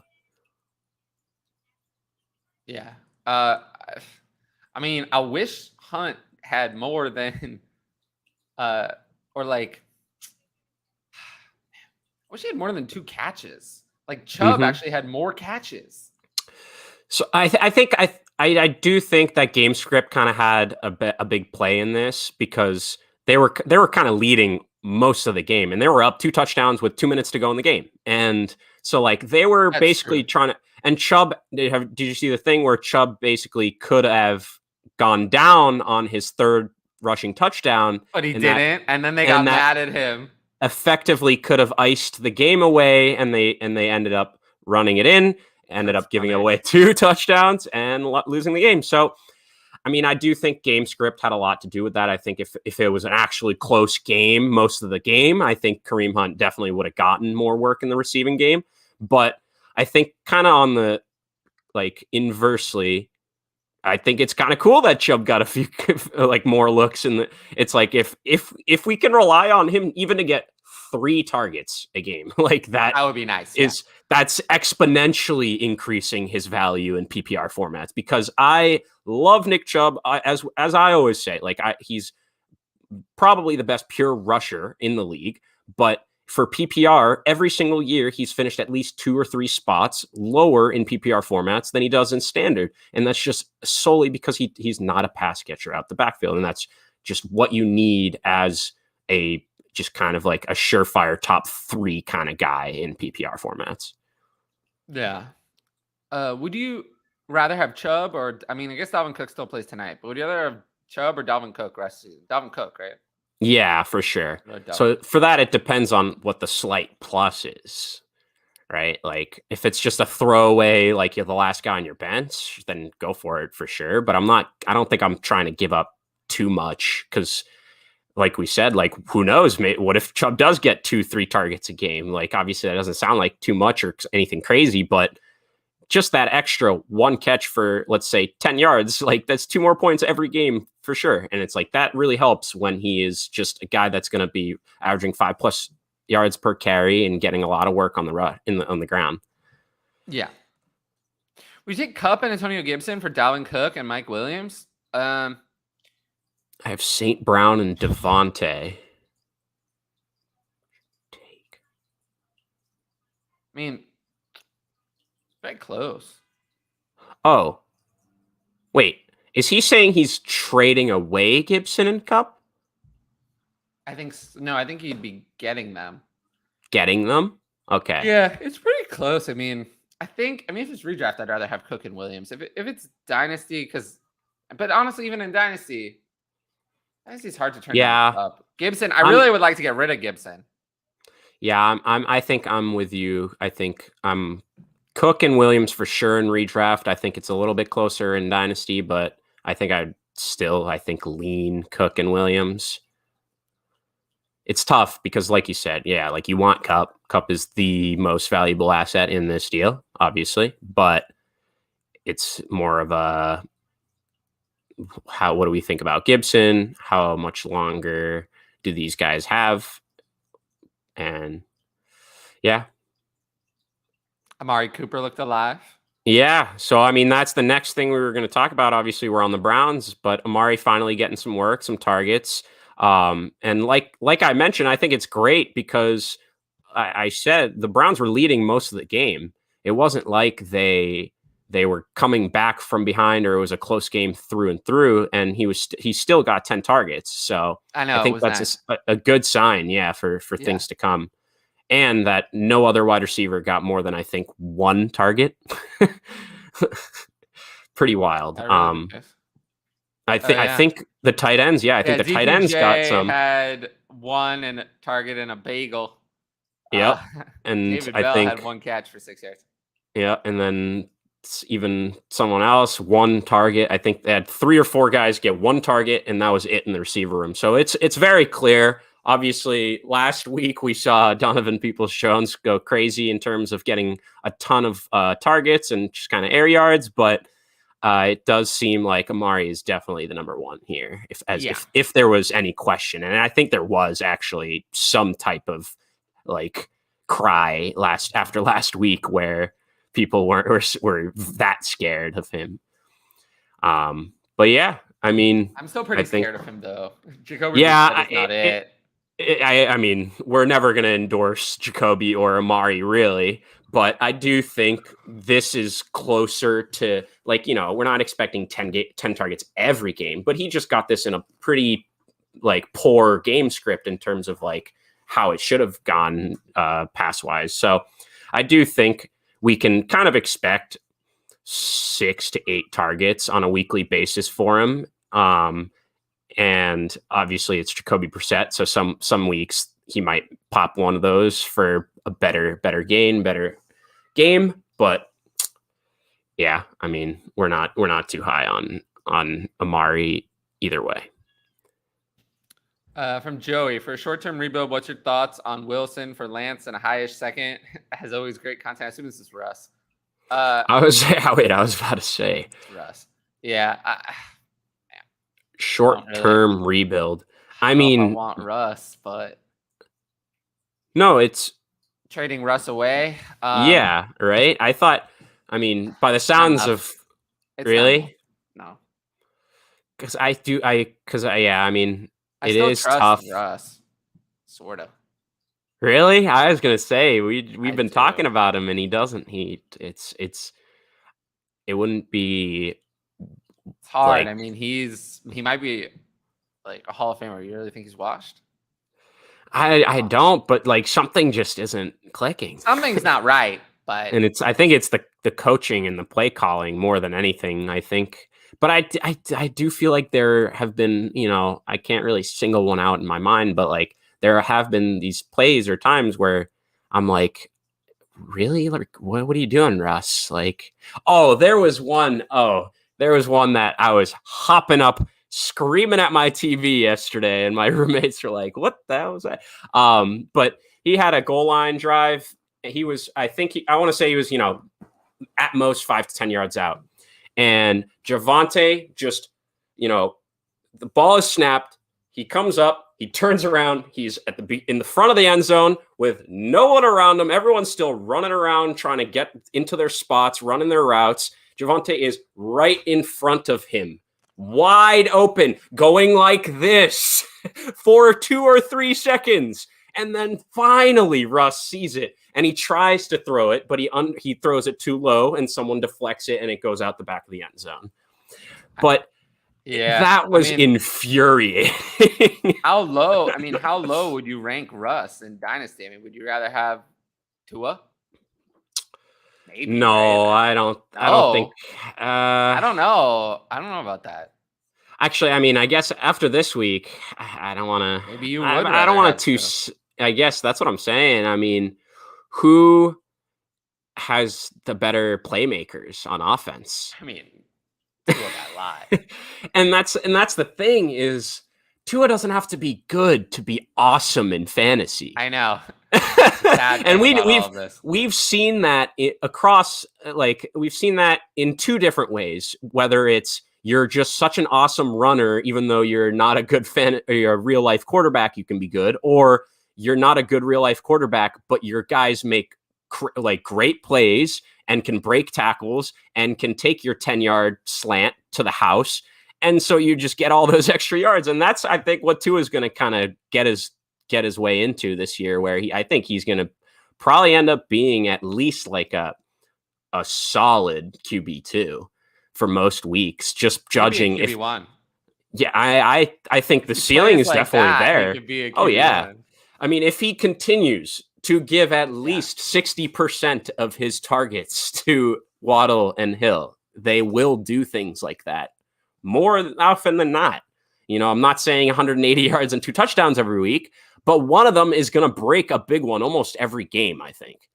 That's just, they're interchangeable. They're both explosive, twitchy, just amazing athletes. So, all right, let's look at this. Rodgers. So, oh my goodness. I mean, what is this? Superflex? I mean, if it's Superflex, it's still Burrow. Is this Robinson? Robinson. Yeah. Maybe some last names, some formats. James. Guess it's James, probably. I mean, if it's Superflex, it's the Burrow side. If it's not, then it's the other side. Yeah, and he didn't mention his quarterback situation, so I'm assuming it's not Superflex. Then it's the Rodgers side. Yeah. All right. I have AJB and Cup, trying to move Cup. What kind of player are you expecting back? I mean, I still want a lot, right? I mean, Cup is still worth a lot. Yeah, I mean, I don't think you want to slide out of like the top 2 tiers or something. Yeah, can you get like, I mean, Metcalf has really been struggling. Can you get like Metcalf plus something? Yeah, if you can get Metcalf in a first, do it. Yeah, something like that. Or like, I mean, you're looking for depth. What then? But what are you going to get as depth to cover up for Cup? I don't know. That doesn't really make sense. I mean, I guess if you can get 2 guys in kind of that similar range that we just said, then yeah. But kind of guys that are struggling but are absolute rock stars in Dynasty.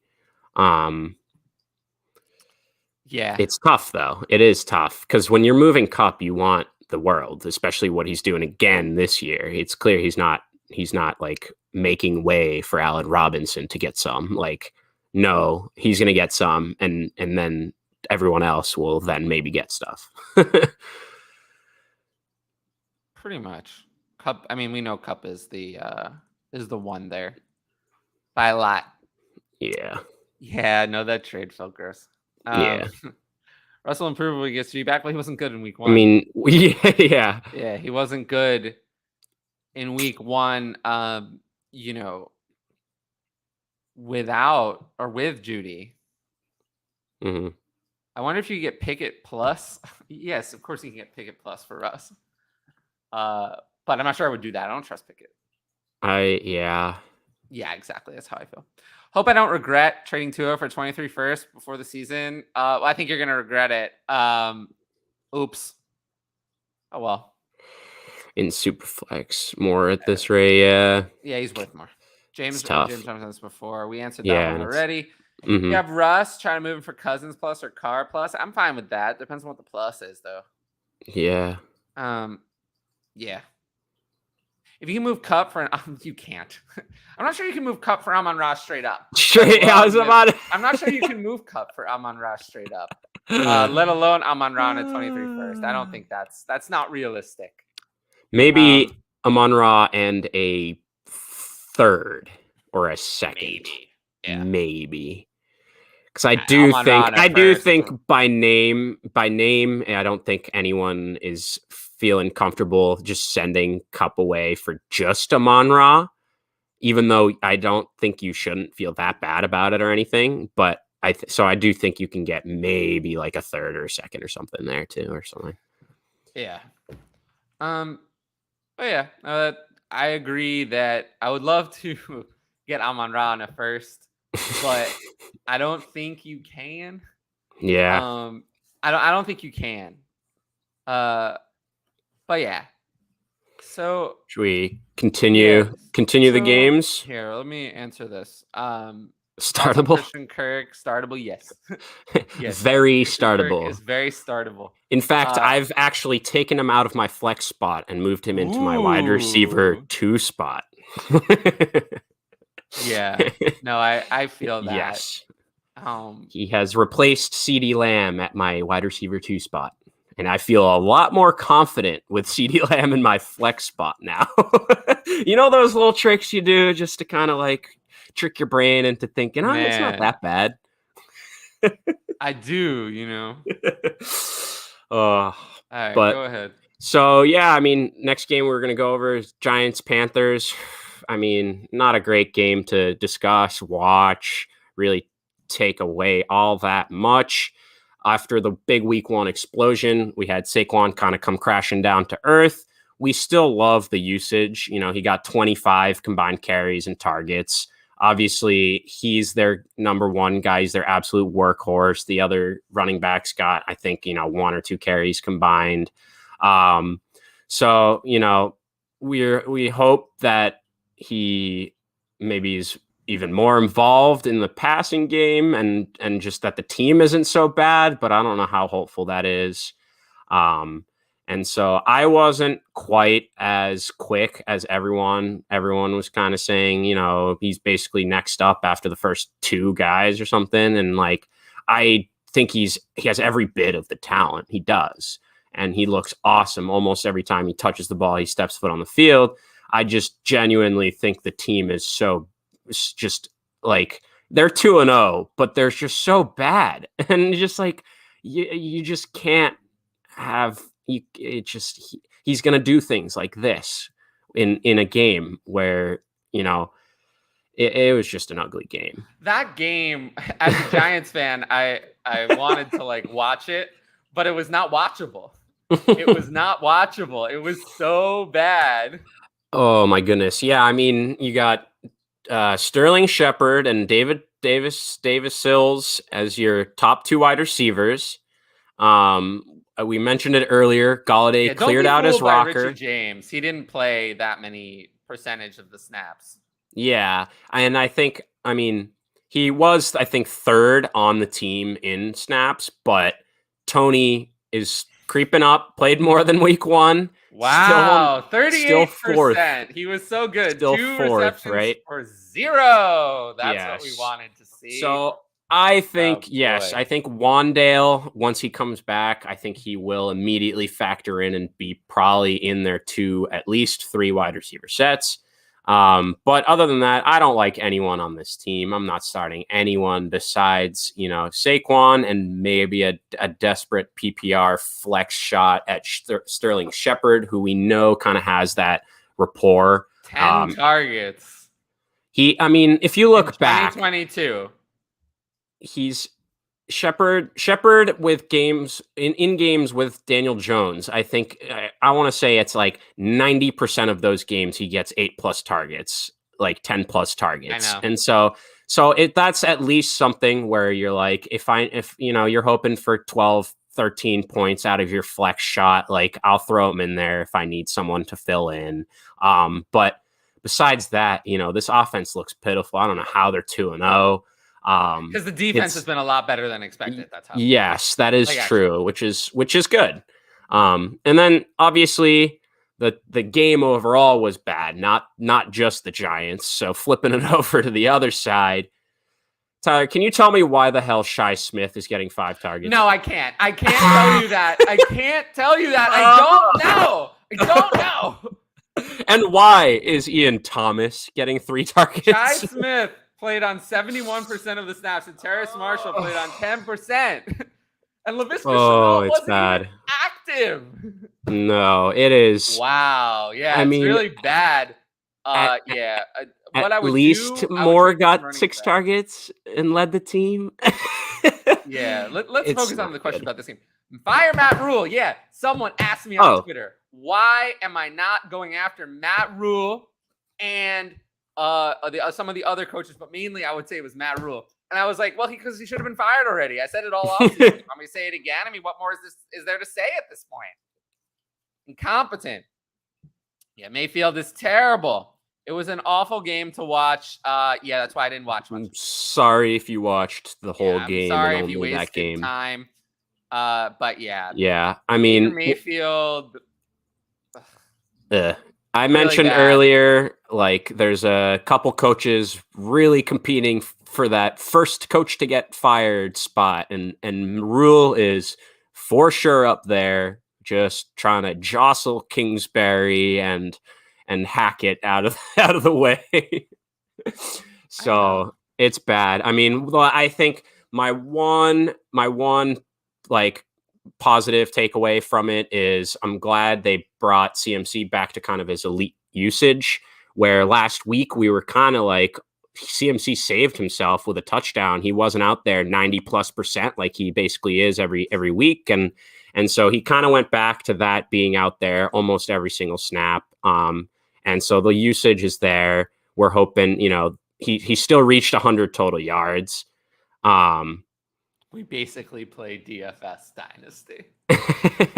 Yeah. I mean, McCaffrey played 91% of snaps. The other two guys didn't really play at all. Exactly. So I mean, that's my lone bright spot for this team, really, is that he, like, last week I'm like, like, if he has to save himself because he's only out there, 70% or 75%, as opposed, and it's like, this team's bad and they're not going to run the ball all that effectively and whatnot. But he's the guy that can get you those points that break that 100 yards. And the team is bad, but CMC is still CMC, and like bigger games are coming.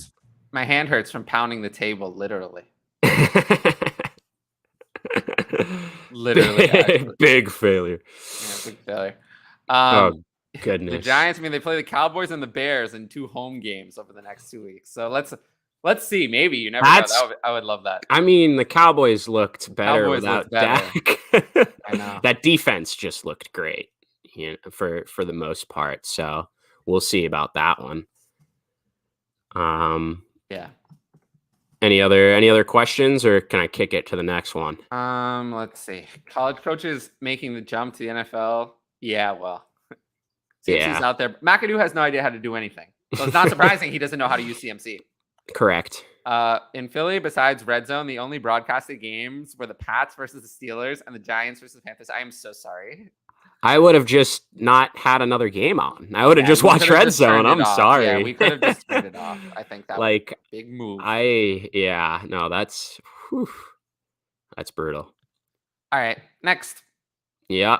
We got the Lions and the Commanders. As we kind of thought, it was, relatively higher scoring game with not the best defense. The Lions actually kind of jumped out to an early lead in this, and most of Carson Wentz once again putting up a lot of fantasy goodness, but almost all just in like just late comeback garbage kind of time mode. Yeah, he didn't look bad. I agree. I mean, he doesn't look too bad, and you got to say, obviously, he has some great weapons on offense where, especially Curtis Samuel, like the type of guy that will create more just out of nothing. And I mean, I think he's the top 3 quarterback in fantasy so far. I know. Isn't that crazy? So this is my biggest thing that I kind of thought of when I was like, oh my goodness, Wentz has put up 27 2 straight weeks or something like that, is I remembered last year when Sam Darnold was the number 3 quarterback after 4 weeks, not just 2 weeks, 4 weeks. And we were finally kind of starting to buy into it. And then what did he do the rest of the season? Went to shit. Absolute garbage. So I'm not going to buy it 100% yet.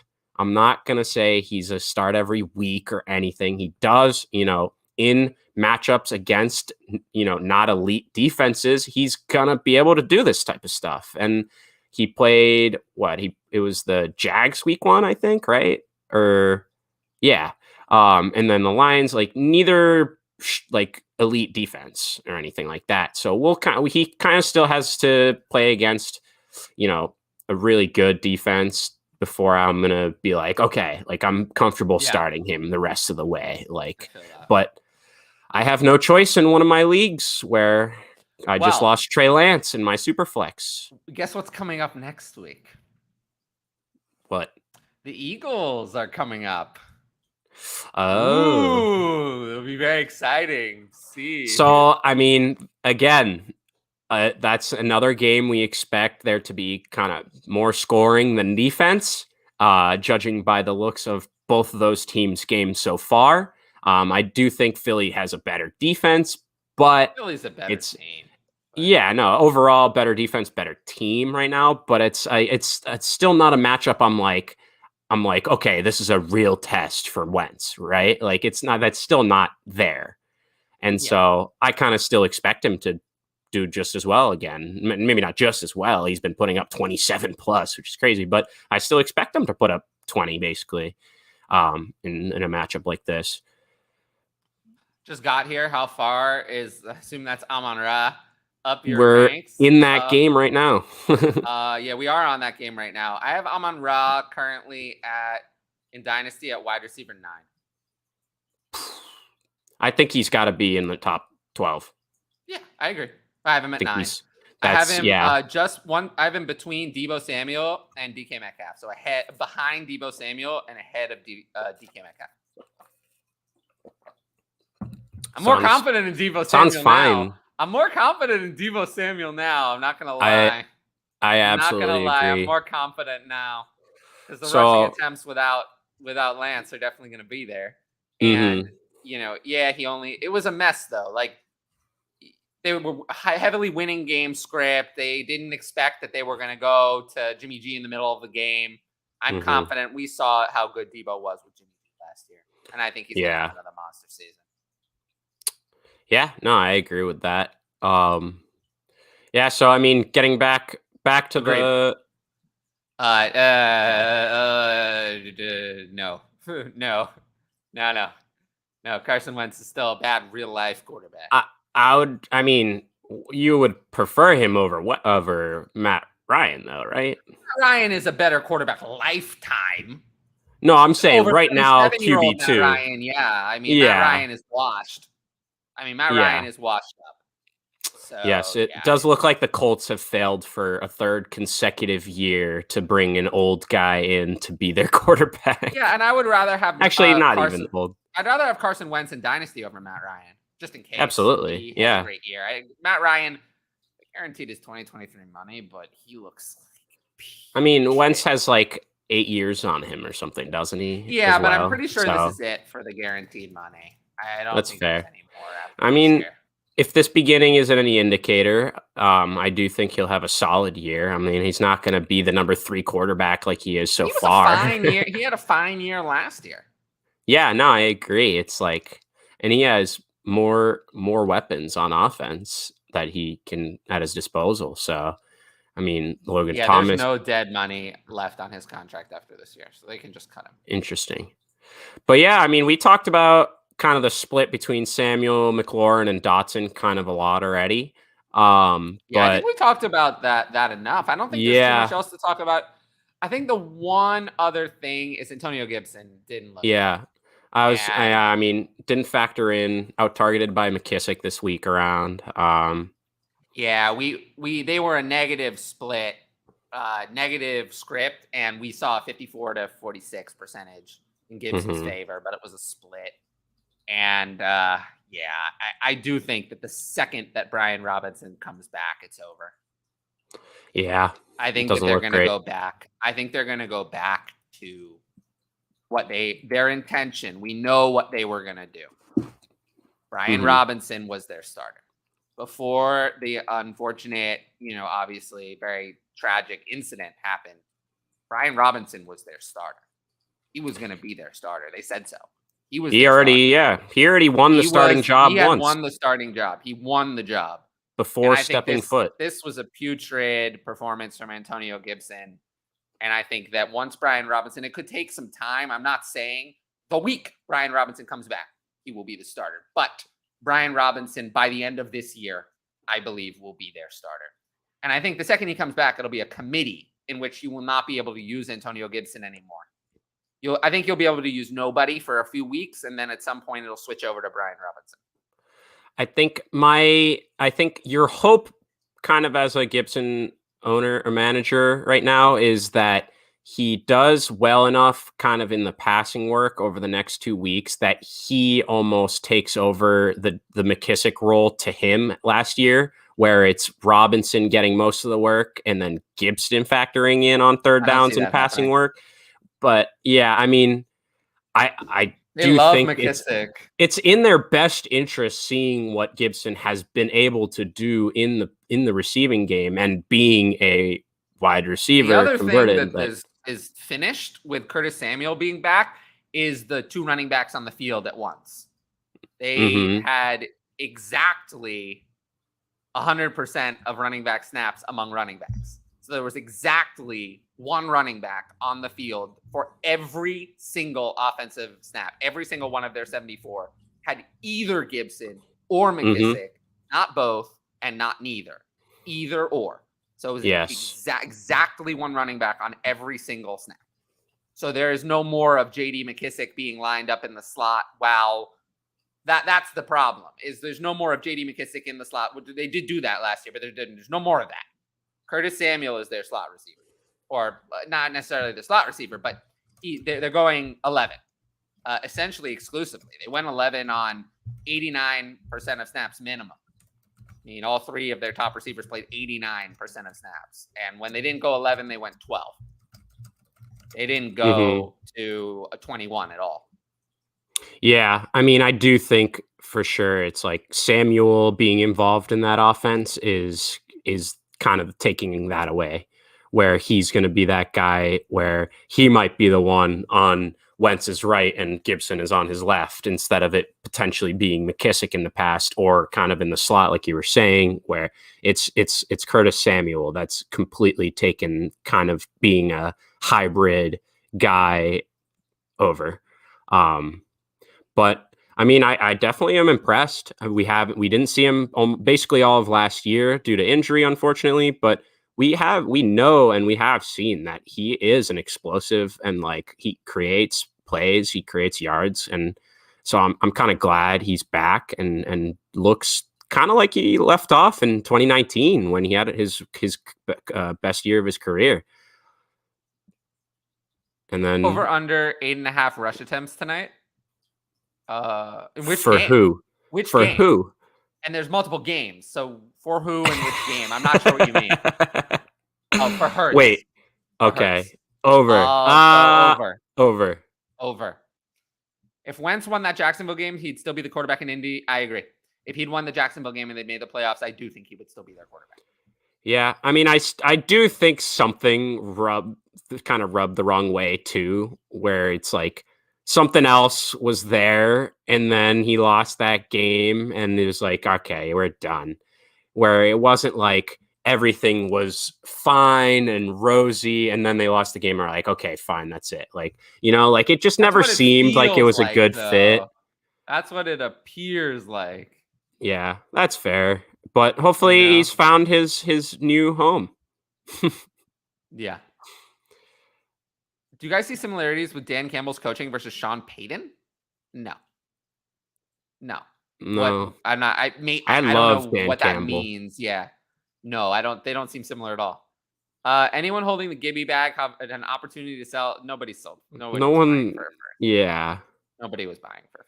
That's too much. Aiden Hutchinson looks great. Yeah, he does. It was a great pick. Yeah. So I mean, let's get right to that side of the ball then. In the game, Lions, we talked enough about Amon-Ra. He is freaking elite. He is a top 12 dynasty receiver at this point. He's proved it. He's the guy. The team loves him. In what universe did Matt Ryan look good? He's talking about in 2006. But so I mean, it's clear that it's Amon-Ra number one in the pecking order. It's number one. None of the other receivers really will factor in all that much, and behind them, it's Swift and Hawkinson will get theirs, and then the Reynolds, the Raymond, they'll sprinkle the Chark, they'll sprinkle in after. But it's clear where it's the number one is Amon-Ra, And then number 2 is Swift or Hawkinson, one of those guys. And then everyone else gets, the scraps 2 to 4. All right, here. Well, let's. Oh, Man. Prize. What's up, What's up, man? Yeah, how you doing? we needed help. What's up? Yeah, what's good? Oh yes, help, because Ryan has mysteriously disappeared and Tyler is very tired. Hell yeah. How long are we going for? Well, last week the show was 3 hours and 45 minutes. Wow. I don't know if I think I might die if we went that long this time. Yeah, but we'll definitely try to speed it up a little bit. we've made it through. We've completed 3 of the 14 games. Wow. So we're not That's doing very impressive. well. Yeah, we're in the middle of game number 4. We were just talking about how Amon-Ra is the best wide receiver in the league. Yeah, and that's true. That's In the history of the right? universe, Yeah, actually. it's true. So Yep. you agree. But yeah, tell the people now that you've appeared out of the wild, tell the people about yourself. Yes, I am Akash, YZR_fantasy. I do fantasy football on twitter.com. So go follow me. Yeah. Go follow me because I equate my followers with my happiness. Oh, that's yeah. really sad. That's cool. I do a bunch of numbers sometimes. So if you like numbers and data, then go follow me. Yeah, I really think you do a lot of smart things. Sometimes. Whenever I'm not I- shit posting. There are, yeah, that's true. You do the shit posting, but Those are usually yeah. bangers, though. Right, yeah. I Yeah. tweeted the MVP race is heating up, and it's a picture of passing Yeah. stats. And it's Tua, Carson Wentz, and Joe Flacco. Fucking 15,000 likes. Did you like how the NFL put Joe Flacco in that graphic? The NFL's official Twitter account put Joe Flacco in that graphic of young quarterbacks winning games this week.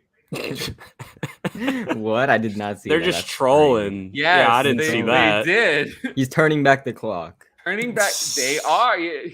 Hey, he That's throws crazy. the most receiver-friendly ball on that team. So I've heard. It's crazy. I still can't believe that was real. I almost want to find it again because I almost don't believe it. But Yeah, I I don't didn't know see where. it. Maybe it was a fake. But I hope it was real. I hope it was real. It was so good if it was real. If it was a fake, it was a good fake. Yeah. Yes, they're regretting patching on Hutchinson, which everyone Walker's told them. made a couple good plays. He but made a Hutchinson play just last so He much week. made a better. couple of Yeah, plays. he had that but interception that was He had an crazy, but interception, yeah. Hutchinson's just been so much better. Like All they Chris had to said do was yesterday. make the pick that everyone said was the right pick. Yeah. Like, it's not Yeah. like Hutchinson was controversial as a first No. pick. Everyone thought he should be the first pick. I agree. I mean, he's looking great. Their defense, I mean, obviously Hutch 3 sacks this weekend. He's looking good.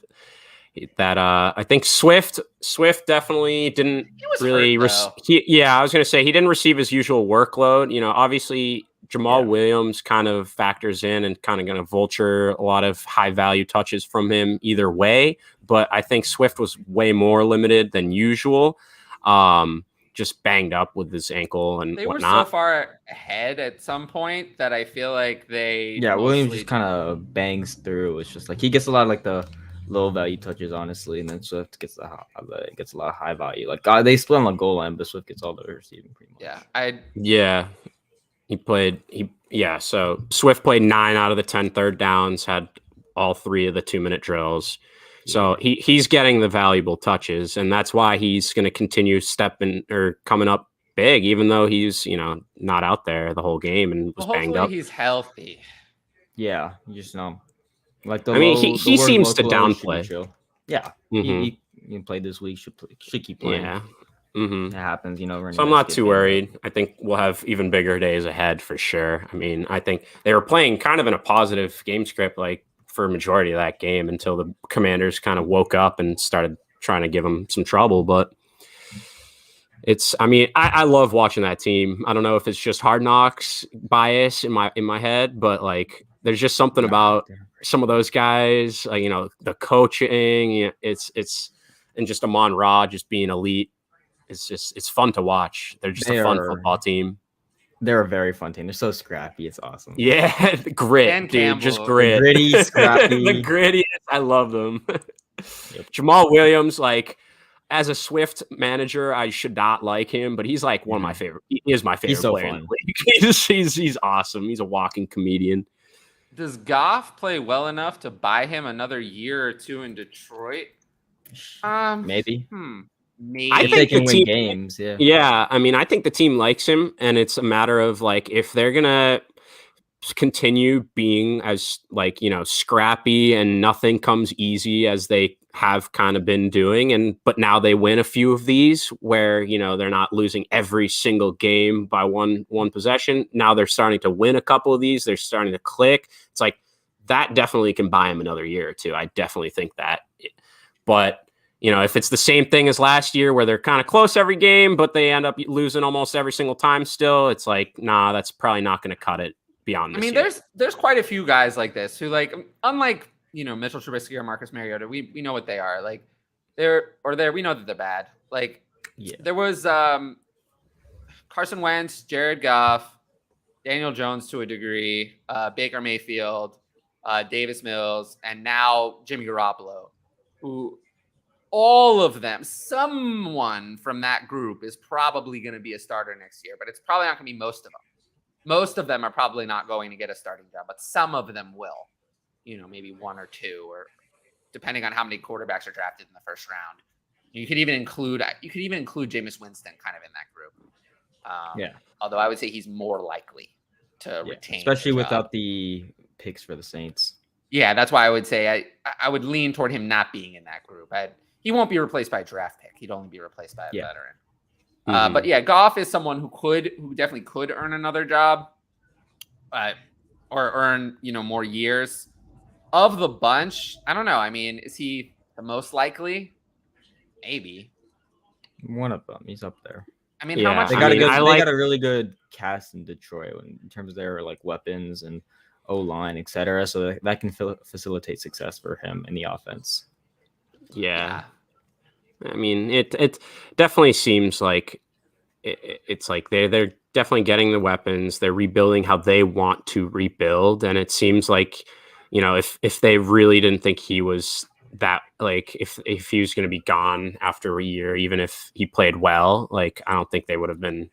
It just seemed like they're more in on him than other teams that have shown that they're not quite as confident in their quarterbacks. Yeah, I do think of that group, though, Jimmy Garoppolo is the one most likely to be a starter. Partially because he's a complete free agent and isn't tied down on any sort of contract. There's no trade, no complication, nothing. He's just a free agent. And he has a no tag clause in his deal. So he can't be tagged, franchise tagged. So he'll be able to pick any destination, and he'll have first choice when it hits free agency of anybody. And don't have to deal with anything. And I do think he'll be a starter. I think Jimmy Garoppolo's going to be starter next year. I don't think it's going to be for the 49ers. I think it'll be. I had to make a prediction. I think it might be for the Colts. Colts. I was just, I was going to say, hopefully he won't be another revolving door. To them. Oh my God, that would be revolving door. I mean, yeah. Don't you think the Panthers at this point are like regretting not going for him instead of Baker? Oh, absolutely, yeah, absolutely. Right? I think they would have won both of these games with Jimmy Garoppolo instead of Baker. That's what I'm saying. Like, I just thought that I liked that fit, especially. I mean, obviously we're greedy in terms of the fantasy. Like, I just think Jimmy would have just done so much better for DJ and for Christian. Like some of these pieces that we valued highly, drafted highly, and that have kind of thus far disappointed. I also just think the Panthers, though, they're going to have a new coaching staff, a new GM probably. So I think they'll be cleaning house and probably not going with a veteran like Garoppolo. But yeah, there are teams that could be interested. The Falcons would be another one if they won a few games, but I don't. Because if Arthur Smith gets another year, to draft another rookie might be kind of risky. I don't know. I want Bryce Young. I mean, the Seahawks are always an option. Who doesn't? But yeah, we'll see. I do think Jimmy Garoppolo could be in the same situation again. He could sign somewhere, and then another first-round pick is drafted. same situation. Anyway, I think we're done with that game. So next game we're getting to is the Bucs Saints game. So, this in recent years has been Brady's kryptonite game where he's just can't seem to figure out how to win against this team. And they won, but he didn't look that great. Honestly, he didn't look that great. I think it's more so, Evans, yes, he played, but he got ejected. Julio and Godwin are both out. I think the lack of weapons definitely didn't help. And I do think that he'll bounce back and be better than he has been. I do think the team is going to kind of stray away from being as pass heavy as they've been in years past. And for that reason, I just think Fournette really dominating the backfield. He's going to be a big part of that team, that offense. But I'm not too worried about Brady. I mean, I think he had Rashad Perryman and Scotty Miller and just auxiliary tertiary pieces stepping in because Evans got ejected and everyone else is out hurt. So I don't know. What do you think? You worried about Brady at all, or? I'm not worried necessarily. It's just the expectations for me were already lower. Obviously, he's not a guy who rushes. And so without an extremely powerful core of weapons like he had last year, the passing numbers are going to come down. We have Julio's already banged up, and then Godwin has his injury. Evans is still Evans, but then no Gronk. It's just tough. And so for Brady, the expectation should be a low QB1 going forward, and he's been passing less too, and that definitely hurts without the volume, without the same cast of weapons. Obviously, your offensive attack's not going to be as potent, so you're going to pass less. And so seeing that come down, it's just been a couple of games, but so far it's not been perfect because you need that kind of 42, 43 pass attempts per game to get a top 5 QB out of a guy who doesn't rush. And so for Brady to come down like that, it's not great. And so if I have him in Dynasty or something, I'm probably just gonna try to sell him while the selling's good because he's gonna go to 0 basically after this year. And if you're in redraft, then I don't know, it's not like you're gonna find a way better QB on waiver. So it's just ride it out with him. He'll have some boom games for sure where he throws 304 touchdowns, and you just gotta ride it out. Yeah, I think we're just kind of waiting for the pieces to come back and be healthy. Definitely. I definitely, like you said, he's not a guy that runs. So if he can have Julio and Godwin and Evans all out there, I still like his odds at producing, rock solid QB1 numbers. But if he has half a game of Evans and otherwise it's Cam Brate and just Rashad Perryman and those guys, awful. it's not going to do it. It's not going to do it. And you saw just Brady just how many times he roll his eyes or do some just look so pissed off, and you could just read his lips being saying how mad he was or upset he was at these guys. And it's just I think, and it's Brady at the end of the day. Once he has his really good pieces back, I think he's going to be bounce back and be fine. Maybe not QB a top 3, top 5 numbers like he kind of did last year on outrageous pass volume, but it's still Brady. I don't think he's going to fall completely off a cliff out of QB1 territory. And I think they're going to try to run the ball more than they have in years past with him. And I think Rachaad White's just an ad for me, just kind of in most formats, just in case. Yeah. It's just Fournette absolutely dominating that backfield. But when he comes out, it is Rashad, and he does get some of that. Especially, obviously, we know he's a great pass catcher, and so he would definitely dominate those touches if anything were to happen. And he did. He even in this game, he got a little banged up, Fournette, at one point. So never know. Yeah, definitely. And then flipping it over then to the other side, didn't look too great. We had a couple performances to talk about. Jameis wasn't that great, but he was trying to feed Olave all game, just any way he could. Oh, yeah, I don't know. You see the air yards? I've seen a few 365 air yards. That's so yeah. I've seen anywhere between 320 to 375, somewhere in between there. Whatever it is, still even if it's 320, it blew the next guy by over 100 and something. So he was clear. He was the clear lead in targets and like air yards. He only ended up 5 for 80 and a fumble. So I think looking at that box score, I don't think you really see that game and be like, oh, wow, like he did really well or anything. I think you look at it and you're like, oh, he had another game. But right. I mean, I think he went crazy, like 32%, 32% target share on his 8 out of like 24 or something. What is absolutely crazy. And so you'll see some boom news for him coming soon. If they just connect on like one of those plays, you can see some big numbers coming up. So he's definitely he's a buy, but like not like as much as the numbers say, just because everyone's seen the numbers, obviously. And so it's like no one's being like, oh, he just went 5 for 80. Like people know that he's a buy. And so I'll be like looking out for him.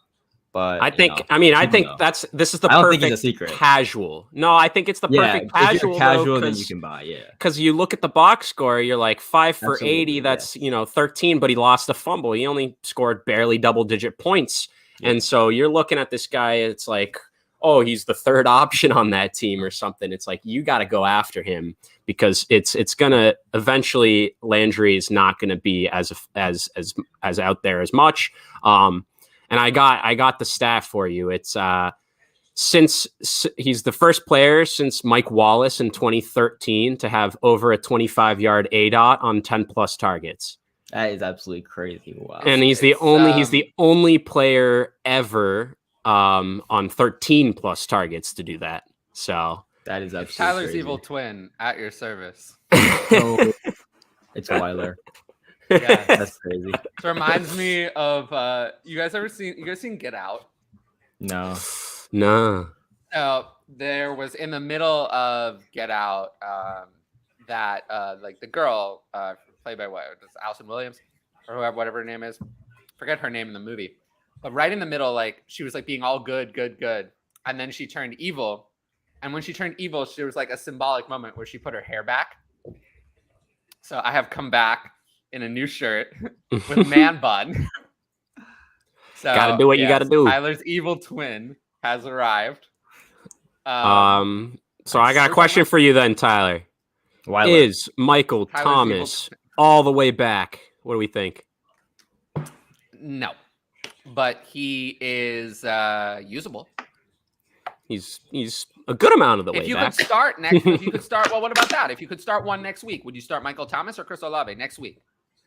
Oh, I'm still starting, I think, Michael Thomas over him. Yeah. Right? Yeah. But I do think I don't think that the other one isn't startable because of that or anything like that. So I do think, Olave, to answer your question, we were obviously talking about Olave's crazy, air yard share, target share. Yeah, no, I had my headphones in when you guys were. Okay, yeah. I mean, and so, but it's obviously he got a lot of the targets and the air yards, but Michael Thomas, he's still, he caught 6 passes, 65 yards, caught a touchdown again. So it's clear Jameis, when they're getting close to the end zone, red zone, he's looking at Thomas. And so that's... Neither of you can pull up the chat questions, can you? Not onto here. You guys yeah. Right. No. Not Dynasty, but I got a question. We got to rearrange this so this doesn't cover... Oh! I don't like that one. My favorite one is the one where I'm the whole screen. Oh, I always like that one. That's very on brand for you. Oh yeah, absolutely. I literally named my YouTube channel after myself. Yes. I'm that like nobody else in the Dynasty community did that, right? Like every channel is named something. Whereas I was Dynasty this or this, I named it after me. It is that much of it. I'm just that much of an egomaniac. I'll take the criticism. I don't, that they're not wrong. Fellas, breaking news. Oh no. Josh Gordon is active tonight for the Titans. Fuck off, bro. Oh my god. That's something about to happen, man. I thought you actually had something interesting to say. I'm sorry. Dude, I'm all for Josh Gordon. Let's go. Let's kick it back to 2012 or where. Oh my god. Should I trade Henry for Javonte and Knox? This is redraft. I have Schultz at tight end. I mean, I think we're still waiting to hear about Schultz. Obviously, we'll get to them. I actually just heard later. about it. He has a Oh, you did? PCL issue. Oh, what is there any timeline? It doesn't say if he's going to play through. I think it's the kind of thing where it is what it is, and it's like Zeke. Actually, that's what it says. It's like Zeke. It's which is bad. So he's going to be bad. He's already bad. That's true, but yeah, it's not good for him. I can see why he wanted a long-term deal. In redraft, though, you can't make this trade right now because Henry hasn't played yet this week. So it's tough. In redraft, usually can't make trades at this time with players who are on the Monday night game. But overall, I would rather have Henry in redraft over Javonte and Knox. Knox is worthless. And Javonte in redraft, I still rather have Henry. In redraft? I like Javonte. Why? Yeah. Not in redraft. Javonte is I don't know. Henry has not been not like I was always Just lower on Henry before the year. Let's see what happens this game. I know, but when the one game was exactly what I expected to happen. It's just like, okay, yeah, and then we'll see what happens. It's just 1 game, 2 games. It's the kind of thing where it's like I was already. He had 21 carries. I mean, it's not like he didn't get. If he had 21 carries and 2 touchdowns, no one would be complaining. Right. Yeah, but and also Dontrell Hilliard is out for this week's game entirely. Yeah. Oh yeah, Derrick Henry going to catch so many passes. Let's see. I'm actually curious if he does. Like honestly, I'm actually curious if he does. No, yeah, I honestly I would expect him to get at least curious an if he gets extra 3 or 4 catches. Like actually, 3 or 4. I'm thinking. I don't know. I wouldn't be surprised if he gets Knox 3 to me targets. Borderline droppable. Yeah, Knox sucks. Well, let's see what happens. Yeah, Knox is a throwaway. You'll see what happens with Henry this week for sure. I sold high on James Robinson and Curtis Samuel and traded them for Judy and Eckler. What? It's like a double upgrade. What do you mean? Absolutely. Yeah. Wait. What? So you gave the 2 worst parts of the trade. You're just bragging. You're just in here to brag. Good trade for me. I see what it is. I think so. Yeah. It's the upside down version of Carp. Prack. And that is no way. He's Indian now. Let's go.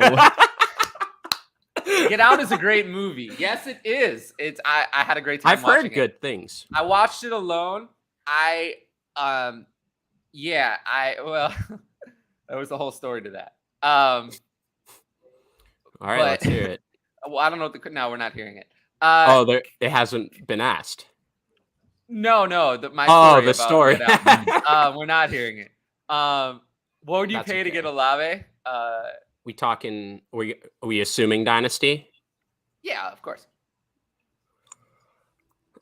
So vague. I would not pay a 23 first. I would not pay a 23 first. I would. Yeah, I'd say it's like about even with the 24 first. Comparables here. Let's try comparables. Chris Comparable Olave players.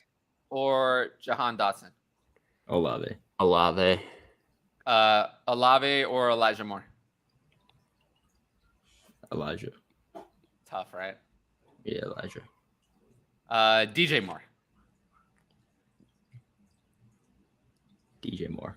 DJ, yeah. Okay. Chris Godwin. Godwin. Okay. Treylon Burks. I'd rather have Olave. Olave. Over Burks. I think. Couple more. Cortland Sutton or Olave? Olave. I'll take Olave over Sutton. Olave. Okay, so that's a fair range there. Hollywood Brown. Hollywood Brown or Olave? Hollywood. You're like contractually required to say it's Olave. That. It's Olave for me. I am. You are, but it is Olave, I think, at this point. Do I trade Adams for Javonte Williams and Bateman? Well, if it's Dynasty, it's Javonte Williams and Bateman easily. If it's redraft, I think it's still Javonte Williams and Bateman, but it's closer. Adams was not good this week. Right? Yeah, Adams had a down week for sure. Yeah.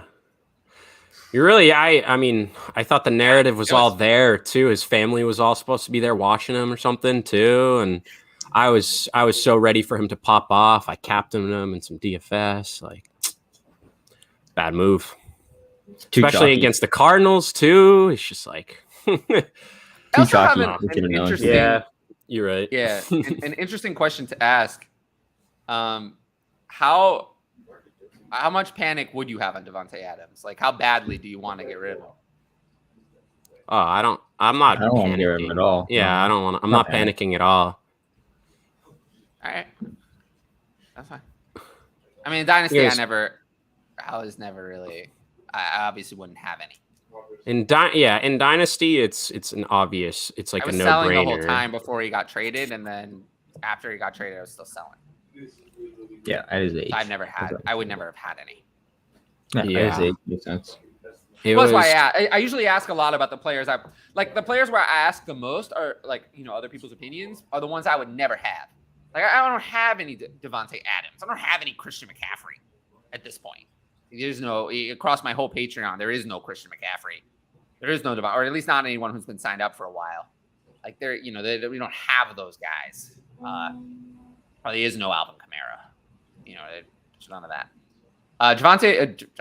Juwan Johnson in 210 premium was solid. Troutman's dead. I don't know if I would say Juwan Johnson is solid, but Troutman's dead. Troutman's very dead. Yep. I agree with half of it. Yeah, Juwan Johnson, he's fine. Yeah, 210 premium. He had like 12 This is not points. a serious question, is it? You're deciding. You're deciding. Do I start Justin Jefferson? Is that what I'm reading? What? I'm reading, right? I'm reading that correctly, right? Covered. Yeah. You have so they have Josh Allen, and they gotta pick Jefferson or Thielen to start tonight with Josh Allen to try to claw back from 54 down. Yeah, so you're gonna start Jefferson.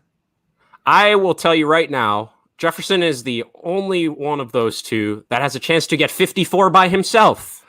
It could happen, It's never know. That is not impossible, but I don't think Thielen has that upside, unfortunately. So Michael Pittman may return for week 3, and that's very good because I saw that. Yep. Can you imagine playing against the Colts team without Pittman again against the Chiefs? Oh my god, that would be awful. All right, so redraft. Would you drop any of these for Garrett Wilson, Patterson, Cordell Patterson, Adam Thielen, James Robinson, Jeff Wilson, Brian Robinson, or Treylon Burks? Better question. Are there any of them you wouldn't drop for Garrett Wilson? I think is actually the better question because I'm looking at it and I would. You drop all of them? All of them. All of them? Yeah. All of them. All of them. Yeah, all of them. I mean, I'd rather have him over. I mean, the other wide receivers, I'd rather have him over Thielen. Thielen is nothing. And Treylon Burks, why on earth would I rather have Treylon Burks, a rookie who's done nothing over a rookie who's done something? A lot. Like that. I wouldn't want to drop James Robinson over. Brian Robinson is coming back in weeks. I mean, Jeff. Yeah, Wilson I mean, it's like we don't have to be like you could drop all of them. But you're like, I think you're just asking, would you drop one? So it's like the one. I mean, I would drop. I think I would drop. The only one I would consider is actually Patterson, who had an actual role that I think is going to last the entire year. That isn't going anywhere. Mm-hmm. But the others I'm dropping Brian. I'm dropping Brian Robinson. Yeah, I wouldn't drop. I would rather drop. I'd rather drop Jeff Wilson and Brian Robinson. I'd rather drop Brian Robinson just because it's redraft. Brian Robinson's I have to wait 2 weeks. I have to wait. Unless you can put Brian Robinson in an IR spot, I have to wait 2 weeks. I don't want to wait. A lot could happen in 2 weeks. Mm-hmm. I don't want to wait. If I keep Treylon Burks on the bench, maybe something happens in the next 2 weeks. It's redraft. Yeah, even tonight. It could happen tonight. So Brian Robinson would be the first one I would send out the door. Yeah. Easily over everyone other than James Robinson and Patterson, Thielen, Burks, Jeff Wilson, and Brian Robinson. I'd easily rather have Garrett Wilson over any of those. What do I do with Akers and Hendo and redraft? Akers' value is a little too high to drop. We haven't gotten to that game yet. And I don't know at this rate if we're ever going to. But they have to go at like 4:30, by the way. Yeah. So and then we'll see if I can. This is gonna go kick it. Yeah, this has been a very interesting show. We're vibing. Hell yeah. I mean, who would you rather have rest of season? Akers. Henderson. I'd rather have Akers. Let me check the split. I mean, it was Akers... the week 2 split was super weird, where it was Akers got more touches, but it was all on early downs. It was Henderson all goal line, all third down, and I think 2 minute. Like it was all Henderson. So it's kind of weird, but he got like a significant Also, amount really more weird touches. that Henderson played more, but Akers saw far more touches. Mm-hmm. And Akers saw a touch. It was like on 15-10 in terms of carries, right? Akers saw a touch on 17 of the 27 snaps he was in on, whereas Henderson saw a touch on 10 of 35. Mm-hmm. I mean, I do think I think they were able to just kind of give it to Akers more. They had like a 2-3 touchdown lead at certain points. I know the Falcons brought it much closer by the end, but after week 1, I do think they were in a spot to kind of let Akers cook a little bit on these early downs where they're not worried about, they don't have to be like, do we trust him enough to not fumble the ball or do something for us when, it's a much closer game. It's like they had that cushion. They're fine to just run him out there a little bit more than they trust to. So I don't know. Yeah. I think we all know what Henderson is. I feel like we saw it all last year, and it's serviceable, and it's I just don't think the upside's there. So I would rather, I think, take that upside shot on Akers, like if he is going to get most of the work again, or at least 60-70%, and then just being hopefully gaining back his explosiveness and just kind of overall athleticism. But it's tough. I mean, I don't think there's like one really wrong answer to that, That's true. Yeah. Aaron Jones, Mike Williams, and ETN for CMC in redraft. CMC. I still have Najee and James. So you had Aaron Jones, Najee, ETN, and James Robinson. Interesting. Yeah, take CMC because in redraft, what you want to get is the true difference makers. Yeah, like you can replace wide receiver 2s and wide receiver 3s, etc. Like Mike Williams, you can replace Aaron Jones with CMC, obviously, and then ETN stuff because like the usage isn't there for the ceiling, and so he's looking more like a RB2, RB3. No, it got worse. It got worse in week 2, not better. Yeah, I know. So just take CMC. That's the difference making upside. That's going to win you the championship. Shoot for the moon. Yeah. Better weeks ahead for Adams. Well, it can't be. Yeah, it should be better than catches. Cook, AJ Brown, and Bass need 58 points. Think you'll win. You could win. You could lose. You have a I think you could win and you could lose. That's my opinion. My expert take. Follow for more. Official stance. Yeah, I'd be holding James Robinson only because I think you could trade him instead of drop. Well, don't drop. Yeah, don't drop. Biggest pickup for week 3. Good question. Waiver wire, Garrett Wilson, for redraft. Yeah, 2 for 1's always good. Akers only 2. Yeah, he wasn't actually good. Akers back to be startable. No, up the middle. No, now we've reached a thing for week 3 where I'd say you can't start either. Yeah, I don't think you can start. It's gross. You're not confident at all. You have no confidence, and I think the Cardinals is a good matchup, but I think a lot of people are going to have to be starting one of them, though, I think a lot of people have which both, sucks. A lot of people potentially have both, and there's just no way that given their team, they're I don't start one. I don't think a lot of people have both. Yeah, because I think you were either all the way in on one or the other, where you thought Akers was going to be sweet. A lot of teams who have both. Oh, you got to let them know. You got to let them know. Not in redraft. Dynasty teams who have both. Oh, okay. Who That's had Akers the whole time and had Henderson as a handcuff in the past and continue to have both. Yeah. I don't think in redraft. But if you have both of them and you need to start one of them, then it's like, well, just start rebuilding. I'm probably going to lean Akers. Henderson. Because Akers' usage went up. So if you follow the trend, it could go up again. I'm either going to lean Akers, but I'm not going to like it. I don't think either's going to be in my top 30. Yeah, I'll lean Henderson because of those valuable touches. So if he can just in a committee like that, if he can get some receptions and maybe touchdown like he did. I don't think either's going to be in my top 30 though. No, it's rough. Trey Lance price check in Dynasty. Are you buying? Just we always trying to buy injured players. Is extreme. I would buy just because regardless of what the actual what it actually what's it gonna cost? I think right now it's equivalent of like a 4th, 5th in a startup right now. Superflex startup. So I would buy just because injured players typically almost always see their value go up over time. Like you see some hype coming back as the offseason comes back. So I would buy him right now, but not like super like. What if I already have a bunch of them? Then it's rough. What if Jimmy G plays well and then is re-signed and is the starter? But Jimmy G doesn't play well. That's kind of his MO. That's his MO. I don't know. That's the modal outcome is he has a lot of victories. Right, and they still replaced him. But like that, the modal outcome is that I don't know what's gonna happen with their season, how far they go. They'll probably win some games because they have a good all-around team. But then Jimmy G walks, Trey Lance, they come back. People look at his upside again. His price starts to go up. That's the hype. But there is some risk, and I've also heard like the nature of his injury could hurt his rushing, which is really tough because that is true, and that is a big concern. I'm more concerned with Trey Lance than I was for Dak or Burrow, who had just because of how they get devastating points. Injuries. Because Trey Lance is useless if he can't run. He's not good. Trey Lance is. We have seen zero evidence that Trey Lance is a good passer. None. He's displayed none. I've seen 2 years of nothing. Yeah, there really hasn't been anything of him playing. He didn't get an opportunity, so I haven't seen it. He hasn't done it.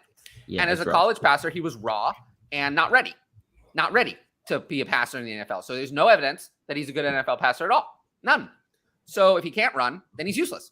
For fantasy, he's useless. So if this is going to affect him as a runner, then for fantasy, I don't want him. So that's why I've definitely lowered his value more than other injured players, because I'm not just assuming that he's going to go back. In Dynasty, I have him at quarterback 17. I would buy because the price rebound is going to be there. The value rebound. Assuming he heals well.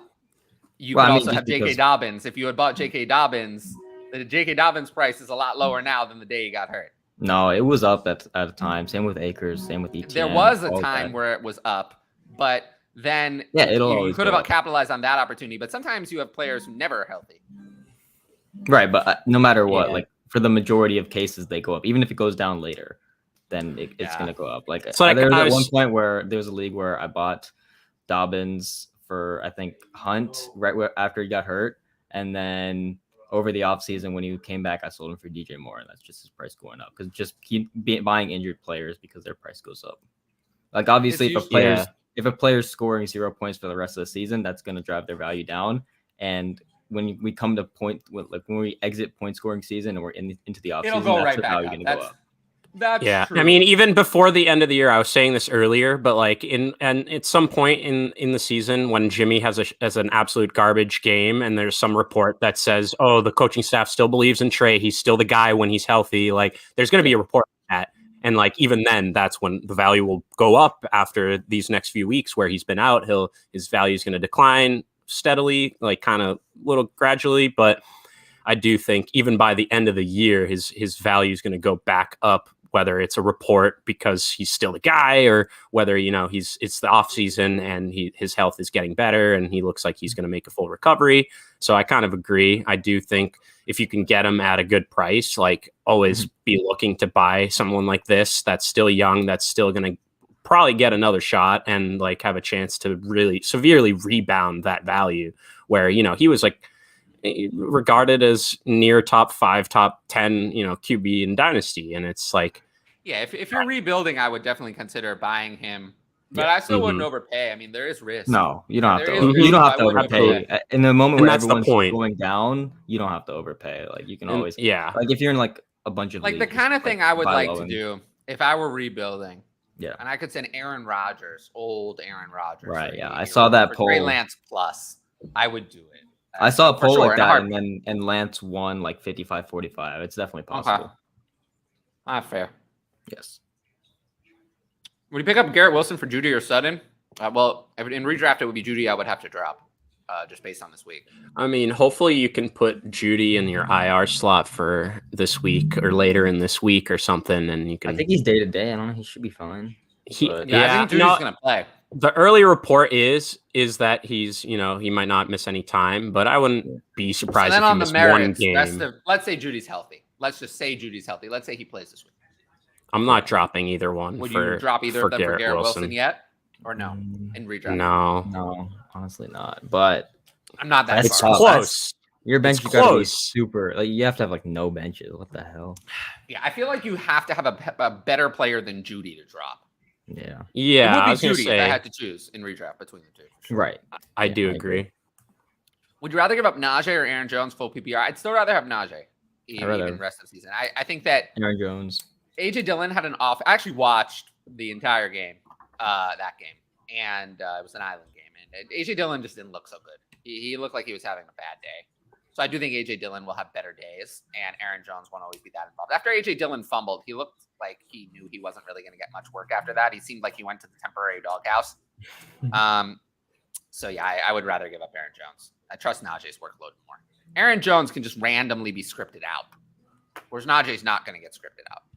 Yeah, but the Najee, even when he gets like 70% of the work, it's just not. Yeah, it's not good. It's gross. The offense is gross. Him as a player isn't good. The O-line is good. When do you think we see Kenny Pickett if you have to pick a week? As Mitch Trubisky looks terrible. No, yeah, I think Pickett will start eventually. Yeah. You think they're gonna get all the way? We're gonna get through 6 more games of Trubisky? 6 more? Maybe. I don't know. That's what it would take to get to the bye. 6 more games of Trubisky. I mean, he hasn't played well, but he's at least squeaked out a win. I think that, I think squeaking a few wins out over these next 6 weeks. I think that Trubisky will start the next game against the Browns. If he loses and it's ugly, I think there will be a consideration to playing Kenny Pickett in week 4 against the Jets. A consideration, at least. I think they'll at least consider it. But I do think Trubisky will start at least one more game. But if it's terrible again, I think they might make a change.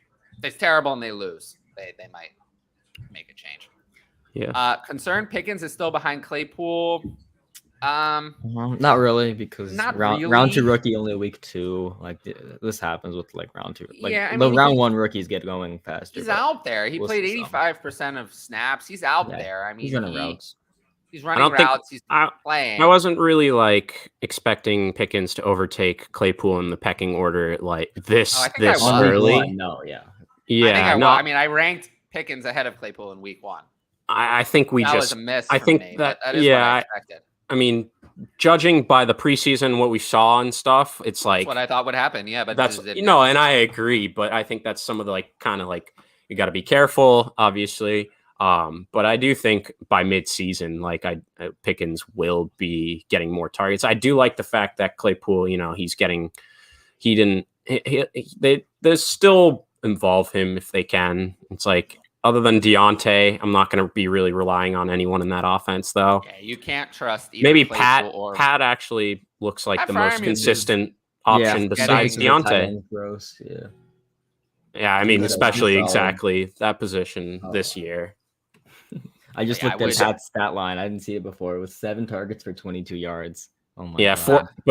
4 for 22 and a touchdown. That's all you can ask for in tight end. Truly. Literally. Right, you want to tell the people one more time where they can find you? Yes, I gotta go. But you can find me on Twitter at _fantasy. Be dropping some more content soon. Just joined a new company, so I'll be announcing that soon. But thanks for having me, Tyler. And it was good to talk to you, Conan. Have a great show, guys. See you. Have a good one. So, we gotta go to the other branch. How many games have we actually completed? 1, 2, 3. I think we're done talking about the Buccaneers and Saints. Yeah, so 5. We've now been discussing the Patriots, Steelers kind of. Yeah, so I have Akers and Hendo on a dynasty team. It's gross. It'll clear itself up. I bought Akers for a late third. I like that one. That's a good play. Would you trade Dalton Schultz, Geno Smith, and Damian Pierce for Mixon and Mike Gesicki? Yes. Yes, I would take Mixon. Yeah. And thanks Akash for joining. I definitely was kind of tired, so yeah. Appreciate the extra gas in the tank. All right, let's keep pushing it through. Yeah. Here. So I also wanted to. I'm gonna put this in the chat. So make sure to check out the Boost Fantasy Twitter. I would say that's the best way to check out what they have going on. I can also put a link to their website and Luke, Luke writes for them, and then they have a lot of other content going on. But yeah, just keep checking out their stuff, and I'm going to keep just reminding you that every week. But anyway, let's keep going. So yeah, we discussed the Steelers side of the ball a lot just now, so I think we can. I think we they can were move good past on the that. Steelers, yeah. But the Patriots, the Patriots are not worth our time. I mean, yeah, I'm the guy obviously that lives in the area, and I'm still worried. I'm concerned. I don't think we're looking good at all. I guess we saw Damian Harris go down with an injury. He did downplay it and said he was fine. So there was, for a split second, there was hope that Ramondre season was finally coming. But it was still just kind of, you weren't really that happy regardless of which guy you started, unless it was somehow Nelson Aguilar or Jacoby. I'm running sure backs everyone didn't do started Nelson Aguilar, right? Yeah, I'm sure everyone did that. I mean, I thought it was interesting. Ramondre, he played on the third downs, all the 2-minute drills, and had the edge in early downs, which is surprising. And so he played more. Obviously, some of that had to do with Damian Harris kind of getting nicked up at the end, but I mean, it, like we've said, it just doesn't look like someone or anyone we want to start. I think the best performance we saw was kind of Nelson Aguilar because of his long touchdown. He ended up with 6 for 110 and a touchdown. But Jacoby Myers, I think he's going to be Nelson Aguilar though. No, and so I think Myers is really the only wide receiver that you can kind of trust to be like a full PPR flex, because he does seem like he's going to get pushing almost double-digit targets, and he's not going to go 20 yards a catch or anything, but if he's getting 9 for 95, that is a great day in fantasy for PPR. If that's what if you threw him in as your flex, expecting 10, 12 points, he gave you 18.5. You're happy with that. So as a Patriots fan, how do you feel that you're committing $25 million to Hunter Henry and Jonnu Smith to total 4 targets for no catches and no yards? I don't feel good. I mean, at least Aguilar, we paid a bunch of money and he had a big game for us, but I just don't think there's not going to be a guy that's consistent. Like, even I just said Myers is going to be the most consistent guy. He should be pushing double-digit targets, but I wouldn't be surprised if on another week Myers basically gets blanked and all of a sudden Kendrick Bourne, he caught 1 long ball and 1 touchdown, and so he's the number 1 guy. And then one week it's actually Hunter Henry because he caught 2 touchdowns. And so I think it's going to be really inconsistent and unreliable who you can start and confidently, right? Like Jacoby is my most confident start from that team, basically. And it's still not confident. And it's still, exactly. I'm kind of praying that he gets 10 targets and he catches 6 of them for 60 yards.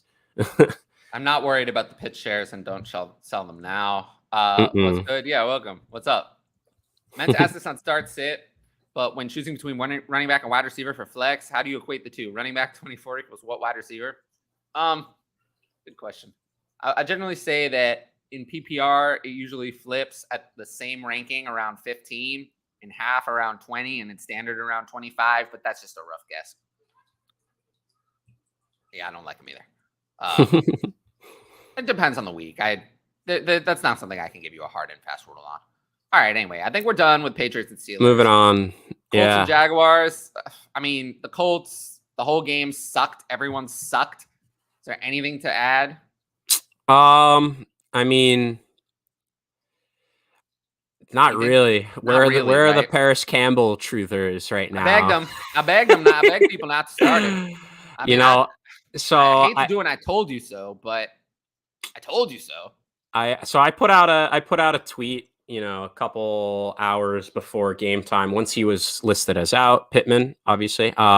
Who was the biggest riser with that news? Is it Paris? Is it surprise snap share guy Kylan Granson got a bunch of targets last week? Is it, one of the other auxiliary wide receivers? Is it Hines? And I thought for sure it would be Hines that would factor in the most, and that clearly didn't happen. But it really didn't happen for anyone. Yeah, exactly. Like, no one really got any production. Like, Jonathan Taylor, he had 10 carries and plus targets. Like, this was just a miserable game by the offense. It's bad. And it's almost like we're going back to these. Do you remember all the Matt Ryan stats of games with and without Julio, where he would be great with his wide receiver one, but anytime his wide receiver one is out, he plays like absolute dog shit. And last week he was serviceable. He fed his number one guy. He did a good job and they were fine. And then, they lose. He loses his number one guy. He loses his even number two guy, and they look putrid. It was disgusting. It was terrible. Even Jonathan Taylor couldn't save him. He had 9 carries. Yeah, one target, right? Like, it was bad. It was really bad. Bad. Yeah. There was really nothing to take away. I mean, that's what they get for cutting Blankenship. Oh, Rodrigo. How I miss you. My man. Yeah, right. But hey, I mean, for everything that looked bad on that side, I thought the Jaguars looked pretty solid. One of the better game performances of Trevor Lawrence's career so far. And we talked about Christian Kirk. He looks every part of the wide receiver one that they paid and signed him to be. I know you were one of the biggest advocates I knew you were on his train, and I'm glad I hopped on board with you, at least halfway through the summer. And I was very big on him, drafted him where I could. Of being right about something. I know. You would never guess it from my Twitter message. But yeah, so I mean, and we kind of already talked about the backfield split too, mostly with a lot of these ETN and Robinson questions. But it does look like Robinson is the RB1 in that backfield. He got the only 2 goal line carries. He got most of the early down work. Carries, yeah. And so ETN, really the only part where he factored in more than Robinson was on third downs. He had 75% of the snaps and looks on third down. But again, this is a game where the Jaguars shut out the Colts. And so I do expect the Jags to be in a more negative game script, leading to more of ETN and like needing to use him. But I do think it's not a good sign that Robinson is just getting so much work and actually looking good coming so early from his Achilles injury. And so, I mean, overall, obviously we've talked about some specific trades. Are you like a buy, a sell, or a hold on ETN? What do you even do? I'm with you there. I don't really. You can't really sell him, but I wouldn't necessarily buy him. So basically hold. Yeah. And I think that's where I think that's also where I'm at, where, there's some things where you're looking at it and you're like, okay, like there's room for him to get more work in more or like better game scripts for the team. They're not going to be up 20 points all game against most teams or against any other teams, really. So I do think he'll get more work than he did.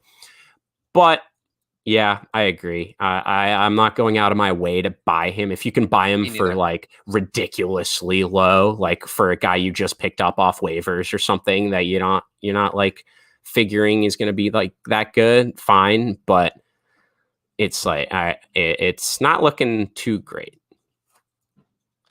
So ETN in the offseason for the 105 and landing Garrett Wilson, feeling pretty good right now. I would. Yeah, I'd feel good too. Mac Jones looked good this week. I must have missed that part. What part did he look good on? I mean, I'm the Pats fan. I will admit I didn't watch the whole game or anything, but I tried to watch as much of it as I could. Yeah, I didn't think he looked. Did you hear what Jacoby Myers said about the game plan? No.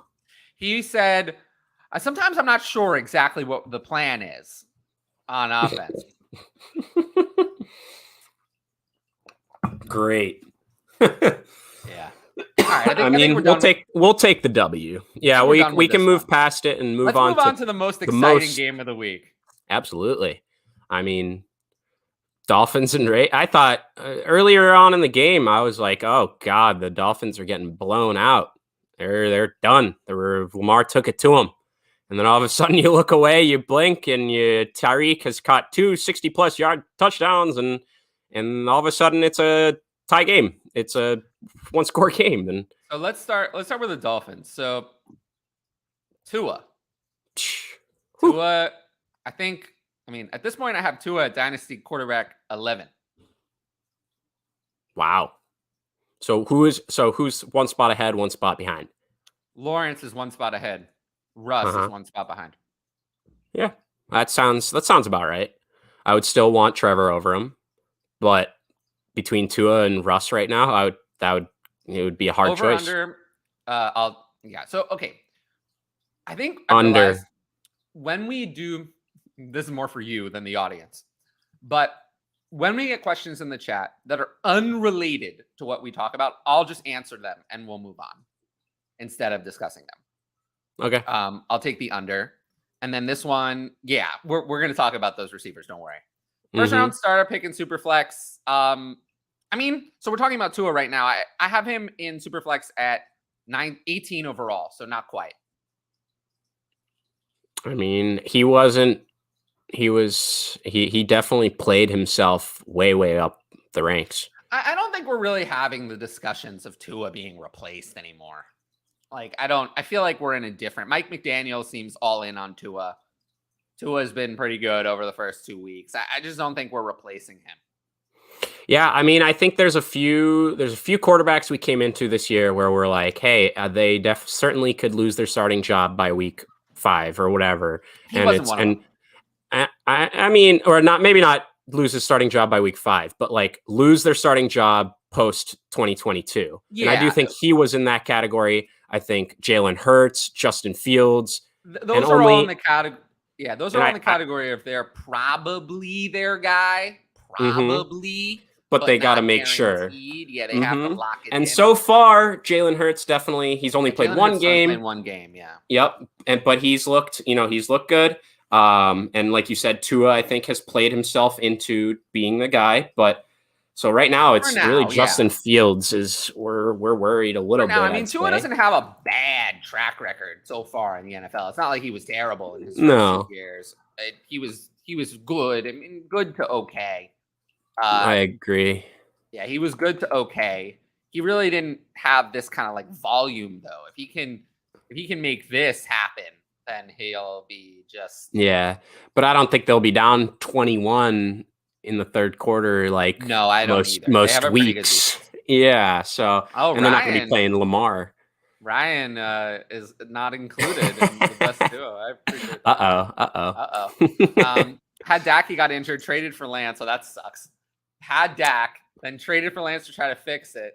Tua or Wentz is the waivers. Got to be Tua. Tua over Wentz for sure. Wow. I'm down 20. I have Cousins left to play. I think you're feeling okay. Dak, yeah. And Tua or Jalen Hurts going forward. I'm going to go with Jalen Hurts just because I don't think this passing volume is going to be there. And Jalen Hurts, I feel like fantasy-wise is better. We've talked about Pitts a lot, and I'm not that worried, but I understand.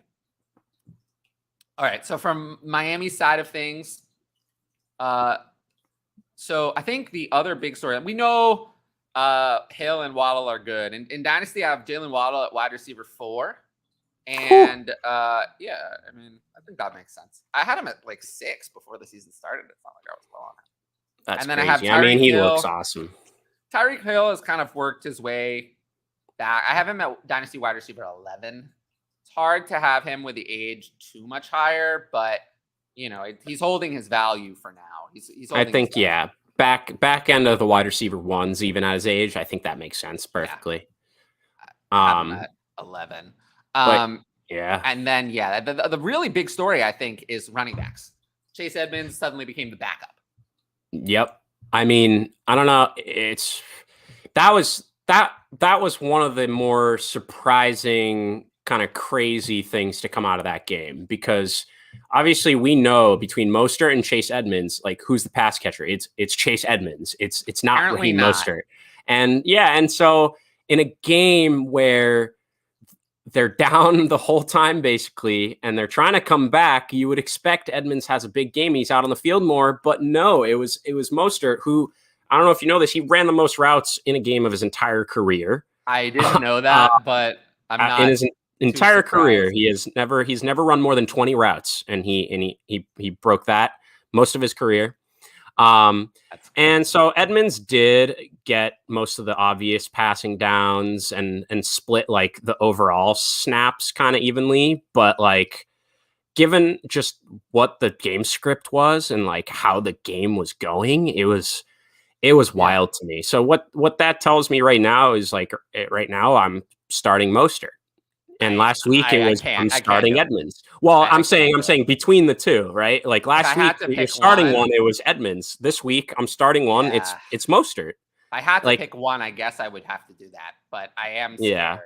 It's like any rusher that's going to get, or has at least the potential to get, like 15 plus combined carries and targets. It's like, that's fantasy valuable. And that's what Mostert did. And it wasn't like Edmonds didn't play at all. He was still out there and he still split the snaps. It was how they used Mostert as opposed to Edmonds this week. And so that was a big blow to my many Edmonds shares. But if you'd listened to me, you wouldn't have had that many. I'm not all the way out though. I think Mostert is not, it's like, he's not durable. Like, I hate to say. Imagine that offense with Bijan Robinson in it. Think about that for a second. Pretty good. Yeah. Yeah. That's pretty good. Yeah. I mean, good luck. But yeah. And yeah, Tua is better than Teddy. All right. I think we talked enough about Mike Gesicki. Oh, if this is just sell opportunity for Mike Gesicki, who was still not really involved in the offense as much as we wanted, but did catch a touchdown this week to put him on the radar. Yeah. I don't know if you saw potentially the worst Gritty I've ever seen afterwards, too. I was watching that live. Yeah. He was a good sport about it. I don't know if you saw on Twitter, he tweeted that it looked a lot better in his mirror. So, we like that. He's we're not saying he's a bad guy. He's not going to have the opportunities, the usage. So I agree. If you could sell him for a more usable tight end that you feel comfortable actually starting every week and that will get some volume, you're doing it. Yeah. And then I think that's probably it. We can kick it to the other side. I think the other side. Lamar's great. Yeah. I mean, I bet some Ravens folks are feeling quite dumb about not paying him to be their quarterback. I think they're going to regret that. I do too. And I mean, I don't know. You saw those reports last week where there's a strong chance that he's going to be traded before he gets tagged or something, or before the draft. Mm-hmm. And so I don't know how reliable that source was, but I did see it in a few different places from some people that I do think are reliable. So that was interesting. But yeah, no, I mean, I think. Where would you rank Lamar among dynasty quarterbacks? 4? I have him at 4. Yeah, I think he has to be top. Allen, Mahomes, Herbert, Lamar. Allen, Mahomes, Herbert, Lamar. Yeah. No, that sounds perfectly right to me. He's got to be in your top 5. If he's not 4, he's 5. But if he's not in your top 5, I don't know what you're doing. But I mean, how crazy is it that he puts up 40 and he's not even the highest scoring quarterback in the game? I don't know. That's basically just indictment of how good Waddle and Hill are, because it wasn't like Tua was making like crazy plays. He was just finding his wide open guys or finding his guys close, and they're making some sweet plays, right? So, I mean, the Ravens, Lamar had to really work for most of his yards and stuff. Like, obviously he had over 100 yards rushing and a touchdown. Mark Andrews came back to the form we kind of expect and know of him, where he's doing exactly Andrews is Andrews. But again, Rashad Bateman Mac in this trade. But yeah, Bateman has speed. Bateman has some speed, but he's needed a late touchdown to kind of save his score both weeks now, and he's not. And some of the usage is showing he's not really 61% of snaps is not great. Yeah, and it's like there's no one that's going to overtake him, but he's still just a distant second in the pecking order behind Mark Andrews. And I mean, I thought, Duvernay, he's kind of electric. He obviously returned that touchdown to the opening kickoff for a touchdown. And he only played 5 less snaps, I think, than Bateman. But Isaiah Likely was decent. Finally got involved. He was involved last week. Yeah, I mean, it's like how if he's really as good as the preseason showed and like the team really likes, like he has to be out there and actually being an option, because they got a bunch of guys that aren't proven, that they got some crazy speed. Bateman, Duvernay, both got some great just track level speed, but you need more than that. And so I think he'll start to be involved a little bit more. And then we have the backfield, which is just disgusting. Just gross. Nothing to talk about. It's a Dynasty show. They're all full avoid. Yeah, all irrelevant. Let's see what happens when J.K. Dobbins gets back, but they're all irrelevant. Yeah. Well, I think we can move on from that game. Yeah, absolutely. Let's do it. Seahawks and Niners. This one, I think we can go through pretty quickly. I think we've talked enough about Trey Lance in terms of the Dynasty impact. I don't think we need to talk more about him. Mm-hmm. Right? I think we talked about him enough. He'll come back when he comes back, but he barely played in this game, so there's not much to talk about. Now, I do think more interesting, Jimmy Garoppolo. What is Jimmy? If you're, let's say, 2 different scenarios. One, you have Trey Lance. You needed him. He's gone. You don't have Jimmy Garoppolo. He wasn't on your team. What would you pay if you're a super flex contender, or maybe Dak or whatever? You're a super flex contender. You need Jimmy Garoppolo. You need him. What would you pay? You have him the whole year. You have a full year, assuming he stays healthy, but you have a full year of Jimmy Garoppolo. What would you pay? Like a second? I do not think you will get him for that. You think he's worth more than that now? I do. I don't think you're going to get him for a single second. That's I mean, that's he's going to be a starter. You have 15 more games, and then if he plays well, he's going to be a starter next year. That's fair, but I don't want to pay. I don't want to pay more than that, really. To be honest, like it's still a speculative shot. Like, we've seen Jimmy on the team, we know what he's capable of. He's gonna be a good like play caller for the team. Like he's gonna be a good game manager. They're not gonna ask him to do anything crazy. He's gonna get it into the hands. Come up on bye weeks yet. You could have people who are gonna have 0 quarterbacks. I think that the situation, you're right. Nobody's paying a first. That's not going to happen. That's what I was thinking. The days in Superflex where any quarterback is worth a first. We're not in that mindset anymore. People have learned that there are valuable quarterbacks and there are not valuable quarterbacks. And Jimmy still falls into the category of not valuable, but even not valuable quarterbacks, a single second is also not particularly valuable. So, I mean, I do think if the Jimmy G manager, if Jimmy G is their 4th or 5th quarterback, and you're offering them an early second, I think there's still a possibility right now that it gets accepted.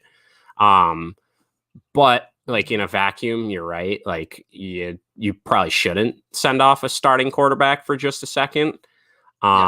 Especially with, I mean, he has the weapons to be good in fantasy, where it's like, if he can just get it into their hands, he will have good games.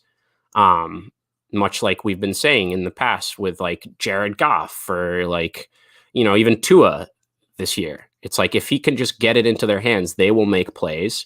Ayuk, Kittle, Debo, all great players. So my big takeaway from this was kind of that I actually, as a whole, like the offense better, each piece better. Yeah, Like, because there's nothing going to Trey Lance's rushing yards. So everyone else is better. So, yeah, I mean, even Jeff Wilson, it goes all the way down to the running They're back. all like, better. Yeah, Yeah. everyone else is better with Jimmy Garoppolo than they were with Trey Lance. Everyone else. Which is running like backs mostly. kind of sucky because we were so high on Trey Lance too. We were high on Trey Lance for himself, Exactly. not for his impact on the rest. I do think when it comes to takeaways from this game, Brandon Ayuk is an important weapon in the offense. I think that's very clear. He's been a buy for me for a while. He's someone I'm still kind of interested in. Second takeaway, Tyrion Davis-Price is ahead of Jordan Mason on the depth chart. They were both active. Tyrion Davis-Price was the backup to Jeff Wilson, and Jordan Mason didn't play at all. So Jordan Mason was just a special teams guy. He's not really a part of their plans. So TDP looked like, I mean, he was very insignificant. Yeah, no, he was very inefficient. He looked bad. But that's not the point. But he got 14 carries, I think, or something like that. So, I mean, I wrote down just add him in case. Jordan Mason, I think we can accept is irrelevant. Yeah. So, I mean, it's a 49ers. 49ers. Idea. It was a good try to add him because why not? You never know. It's Shanahan. But he's not it. Yeah. He's not it. TDP took the spot ahead of him back. So that's the big takeaway there. And then they need Kittle, obviously, but they didn't need him to win this game. And then, that's it, I think, for that side. And we'll see how Jimmy G does next week with a week to prepare. Because remember, you can't have Jimmy G run the same offense that Trey Lance ran. But next week, they're going to have a whole week to prepare knowing that Jimmy is going to be the starter. So we're going to have Jimmy offense, not Jimmy coming in the middle of the game and trying to switch the offense on the fly. Not even that, but he wasn't even with the team for all spring or summer, basically. Exactly. So and he still came in and he was fine. He was still pretty good. Yeah. So we'll see what he does next week. I have Russell Wilson. I see Tua available. I mean, yeah, maybe it's a priority, but I feel like I don't need to. I'm not replacing Russell Wilson with Goff. So I'm not even sure I'm replacing Russell Wilson with Tua. I agree. Did we talk about the Panthers-Giants game? We did. It was a while ago. Yeah. It was a while ago. It wasn't a particularly interesting conversation. So I think we're done with the 49ers. What about the Seahawks? The Seahawks, Geno didn't look like an all-star anymore. Geno looked like crap. Geno. The running backs, Travis Homer led in snaps. Gross. Yeah. Still. Yeah, so that was another disaster. And then Rashad Penny did nothing at all. Really Ken bad. Walker came back, also didn't do that much. He barely even played. Travis Homer is just the clear third down passing downs guy. So it looks like largely not a great backfield to Penny, ever. You cannot start until further notice. I think it's more so if you think cannot play Rashad Penny again. If you think the Seahawks have a chance of actually winning the game, then he's in play. But if I don't think he's in play. With 3 running backs, this offense is putrid. He's not in play. He's not in play because Ken Walker is going to get more involved. If 3 running backs are going to play, he's totally out of play. Yeah, he's out of play. That's fair, honestly. They're not going to be good in situations where they're going to be in positive. Very bad. And then everyone else, Noah Fant is irrelevant. Will Dissly didn't do anything this week. The whole team is a disaster. Tyler Lockett had a better week. Him and Metcalf played identical snaps, but Lockett was the one who produced. But I don't know if we can rely on him either. No. Aside from like one season with Russ where he really like kind of found it, Lockett's always been kind of like an inconsistent, like he puts up like much like Mike Williams, who we talked about earlier, where it's just like, he puts up 20 one week, he puts up 3 the next week. And so, especially without Russ and with Geno being quarterback, I do think it's going to be more of that. It's going to be a mess. Yeah. Yeah. We still have Marquise Goodwin playing half the snaps for an actual team. Yeah. No, thanks. Which is mind blowing to me. Out. Who would you rather have, Bateman or Hollywood in a dynasty? I'll take Bateman. Oh, in Dynasty? Probably Dynasty, right? I'll take Bateman. For the potential at this point. I guess, yeah. What about redraft? I think I'm taking Hollywood. Yeah, for sure. Would you trade Herbert, Keenan Allen, and Jacobs for Brady, Cordero, and DK. What is this? Dynasty, PPR, or what? But no, right. I don't think. But I don't think so. All right. Moving on. So I think we're done with that disgrace of a game. What's next? We got Falcons and Rams. So have you seen Kyle Pitts yet? Or I haven't seen him. I don't know where haven't seen him either. Yeah, it's not good. No. I'll go to the Falcons first. Marcus Mariota sucks. Hopefully they go to Desmond Ridder soon. Marcus Mariota, you had your chance to sell him in Dynasty after week 1 when he actually ran the ball. Next, Kyle Pitts, not present. Not good, but this is a buying opportunity for me. I haven't given up on Kyle Pitts at all. If he's still available, if he's still available in Dynasty, I'm buying. I think people are over panicking. I don't want to panic, so I'm buying Kyle Pitts. And then everyone else, Bryan Edwards really messed up on the end. He was terrible all game. Parker Hesse played ahead of him in the offense. Yeah, no, I mean it's Drake London and it's Kyle Pitts and it's maybe Patterson and then that's it. It's like hold your nose. You can cut, Bryan Edwards from your Dynasty team at this point if you haven't already. Yeah, I mean I think Zacchaeus is a more preferred wide receiver in that offense. I think so. Bryan Edwards is such a sad story because he was so hyped up. Mm-hmm.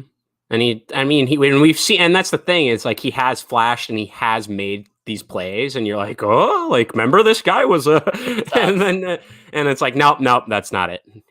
Drake London is approaching Dynasty wide receiver 1 status. If he's not there already, he's getting very close. Absolutely, and I will say that's the one good thing with Mariota is he clearly does have eyes for him. And he's he hasn't been playing well, Mariota, but at least he's feeding Drake London. Yeah, for sure. Then the other side of the ball, I think we talked about the Akers-Henderson split enough. I don't know if we talked about Elijah Moore. We did, and we were kind of like mixed opinions. The Akers-Henderson split, I think we talked about enough. Can't trust either of them for now. Matthew Stafford looked fine, better than week 1. And I do think that he'll continue to improve. The Cardinals are next. I think that's going to be a pretty good game for him. I'm fine starting him that week. Mm-hmm. And then everyone else, I mean, Cooper Kupp is the man. Tyler Higbee is more involved than we'd like. And I think this is your chance to get out from under Allen Robinson. 5 targets. He did catch a touchdown. Touchdown is a good opportunity to get out. Yeah. Now's a good opportunity to get out. Van Jefferson, not that Van Jefferson is anything special, but Van Jefferson is going to come back and get maybe a few targets. So nobody's taking away from Cooper Kupp. So Allen Robinson, I would take this opportunity to move on. Yeah, it's tough because he actually caught a second touchdown that it was taken away. They had just tried to play or call the play dead because AJ Terrell had a head injury that they wanted to look at and stop the game for. And so you're really hoping that second touchdown would have made it a much better and nicer sell high window. But I think we're kind of, I think we're right there where it's, it's just Kupp, number 1 Kupp, number 2 Kupp, number 3 Kupp. And then number 4 is like Higbee or A-Rob. Higbee at this point, I think is startable as a low end tight end 1 until further notice. Because he has been involved. I'm in those leagues was out where 97% of snaps. It's like if you had Komet, if you had, Njoku or Hooper or some of these later waivers, shots, you have some of these later shots in redraft that just are not panning out. Basically, unless you somehow you scooped Gerald Everett and he's been here, right? Like unless that was your late shot, it's like you're not satisfied with anyone. You might as well take a shot on someone who's getting some volume and is out there every play for a good offense.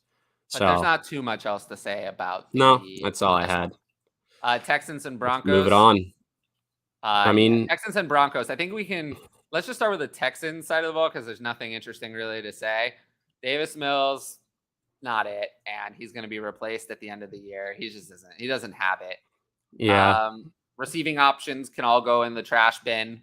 Brandon Cooks, I think, will have better days. Nico Collins at least ran as the clear 2, but still not great. It's still Cooks, and then until further notice that you're starting from this offense, it's Cooks and no one else. We'll see. Maybe we get there with Dameon Pierce later in the year that he's startable. Dameon Pierce had all of the carries by running backs. Rex Burkhead didn't have a single carry, which is still playing the passing game. Crazy. So Dameon Pierce, if you have to start one, is the one you would start.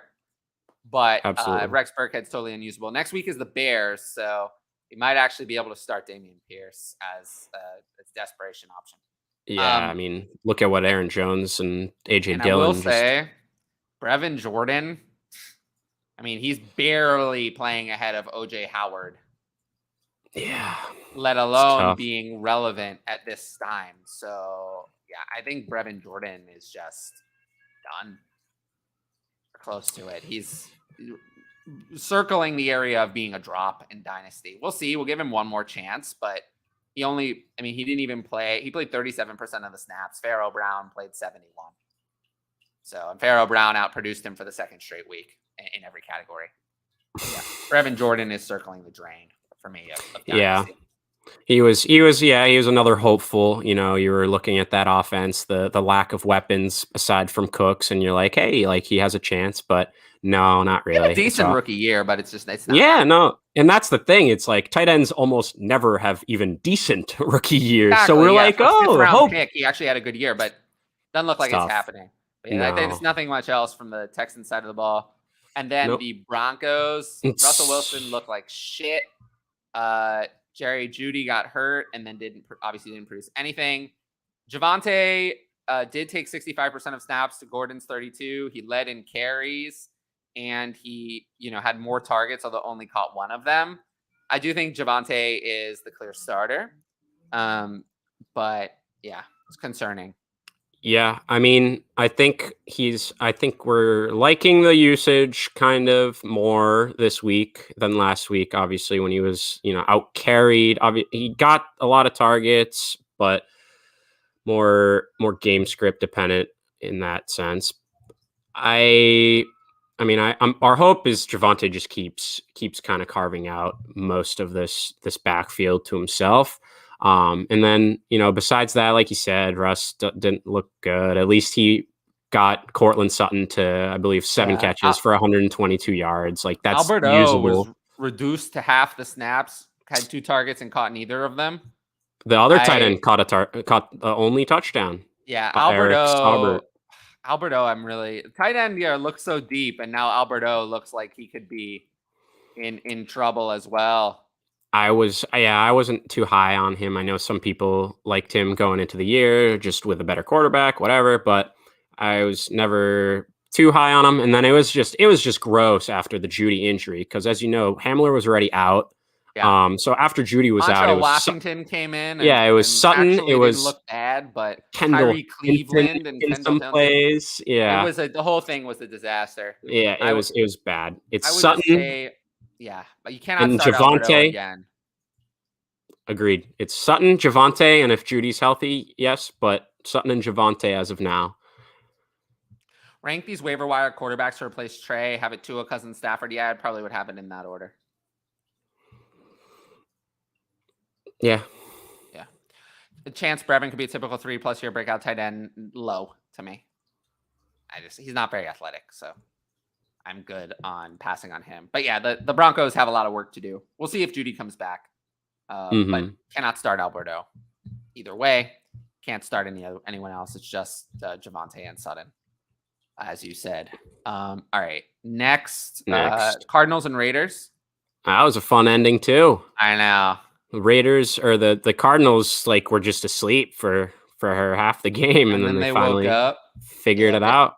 They woke up. And so about the Cardinals, Kyler Murray, he saved himself at the end with all the rushing touchdown, and because he was at 1 point for most of the game. I'm a little concerned about him. I moved him down a little bit in my rankings. As for their running backs, James Conner's injury is not considered serious, but we did see that if James Conner's out, it's a committee between Darrell Williams and Benjamin. It's not. not Eno Benjamin getting everything, which is minorly concerning. Well, not only that, but it was actually Darrell that had the edge, where they split targets and carries right down the middle, but Darrell did have a few more snaps. He had all 8 of the goal line rushes. He had a third of the first, or more than almost half of the third downs. And so it seems like, especially that goal line one is the important that's one. like the killer. 8 goal line rushes, and they were all Darrell Williams. So that's that part. Killer. That hurts because everything we've heard so far is Eno is the RB2, and it looked like that was cemented, and that was very much true, judging by game week 1. What it is true. Eno is the RB2, but he's not. He has his role, and but they don't trust. Yeah, he has his role, and it's not going to change. Darrell Williams just replaced James Conner. That's tough. That's what happened. Beyond that, Hollywood Brown saved his day with a couple of late catches at the end. Zach Ertz was the number 1 target, and he'll be playable moving forward now that he's healthy. Greg Dortch did score. AJ Green was out there for 85% of snaps and went 3 of 7 for really 16 yards. AJ Green is totally washed up, and they need DeAndre Hopkins back yesterday, but they still have 4 more weeks without him. I mean, it looks like Greg Dortch could be a flex play until Hopkins is back. Maybe a deeper flex play. As Zach Ertz is getting healthier, I feel like. Yeah, Zach Ertz had 11 targets. Hollywood Brown 11. Dortch only had 4. We'll see. This team needs more. Like, they need Rondale Moore back. They need Hopkins back. Like, they need weapons that they don't have right now. They don't look good. And, like, especially in a game they are coming back, it's like, this is disappointing from Marquise Brown, I think. Yeah. It's not bad, but it's disappointing. No, exactly. The Raiders, I mean, Josh Jacobs was workhorse. But he only got 1 catch, so still didn't really have a great day. And then Devontae Adams, we talked about already, was disappointing. Mac Hollins randomly had 5 for 66. I don't think that's much. Hunter Renfrow had 7 catches for 59. Darren Waller had a good game. I don't think there's too much to say other than that. I think we'll see Devontae Adams have a bounce back. I'm not really worried about it. Yeah, it was definitely a little bit curious to see Mac Hollins out there more, just in general, than Hunter Renfrow. Yeah, was out there more than Hunter Renfrow. Hunter Renfrow was only on in the 3 wide receiver sets. So. And then that is also a player to monitor, because I think he did get concussed or had concussion symptoms on the last play when he fumbled the game losing. And then also on top of that, Foster Moreau played more of this game than Darren Waller. That was very peculiar. There's a lot of I don't understand weird decision making in this one. So yeah, very questionable. But yeah, I'm not too worried about any of that. All right, so Bengals and Cowboys. Yeah, I mean, anytime Cooper Rush throws more passing yards than Joe Burrow. Yeah, I mean, not fun.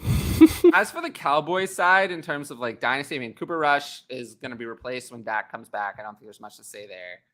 Zeke, I think, he still had the lion's share of the work, but Tony Pollard looked like the better running back. I just think Zeke is time to move on. I feel like I've been saying that for so long. We just do this. We did the same thing last year where it's like Tony Pollard's just going to be one of these annoying guys where I know he clearly looks better in his limited touches, and the team keeps saying they got to get him more involved. And, we got a backup quarterback in there now. Maybe he does, but he's never really fully going to get a workload unless Zeke gets injured and is out or whatever. So, I mean, I'm not optimistic on that backfield. And then finally, I'd say Lamb got a higher target share. He doubled up on Noah Brown's targets, but was outgained on those. And so Noah Brown, I do feel like now actually should be added. He played 85% of snaps. Dalton Schultz is injured. I'm willing to take a chance on this somehow being real. What did I say? I said Noah Brown before week 1. I knew he would be that wide receiver too on this team. He's been my super flex in my 32-man league. No Gabe Davis tonight, by the way. Really? No. Officially? Oh yeah, no. Officially. No Gabe Davis. But yeah, for the Cowboys, it's hard to really judge them, but I did like CeeDee Lamb getting the target share. He got 11 targets. He caught 7 of them, 75 yards. I think this is going to save his dynasty value if he's okay with Cooper Rush. Mm-hmm. And I am interested to see what happens when Michael Gallup gets back. Because I think the offense could be competent. It wasn't terrible in this game.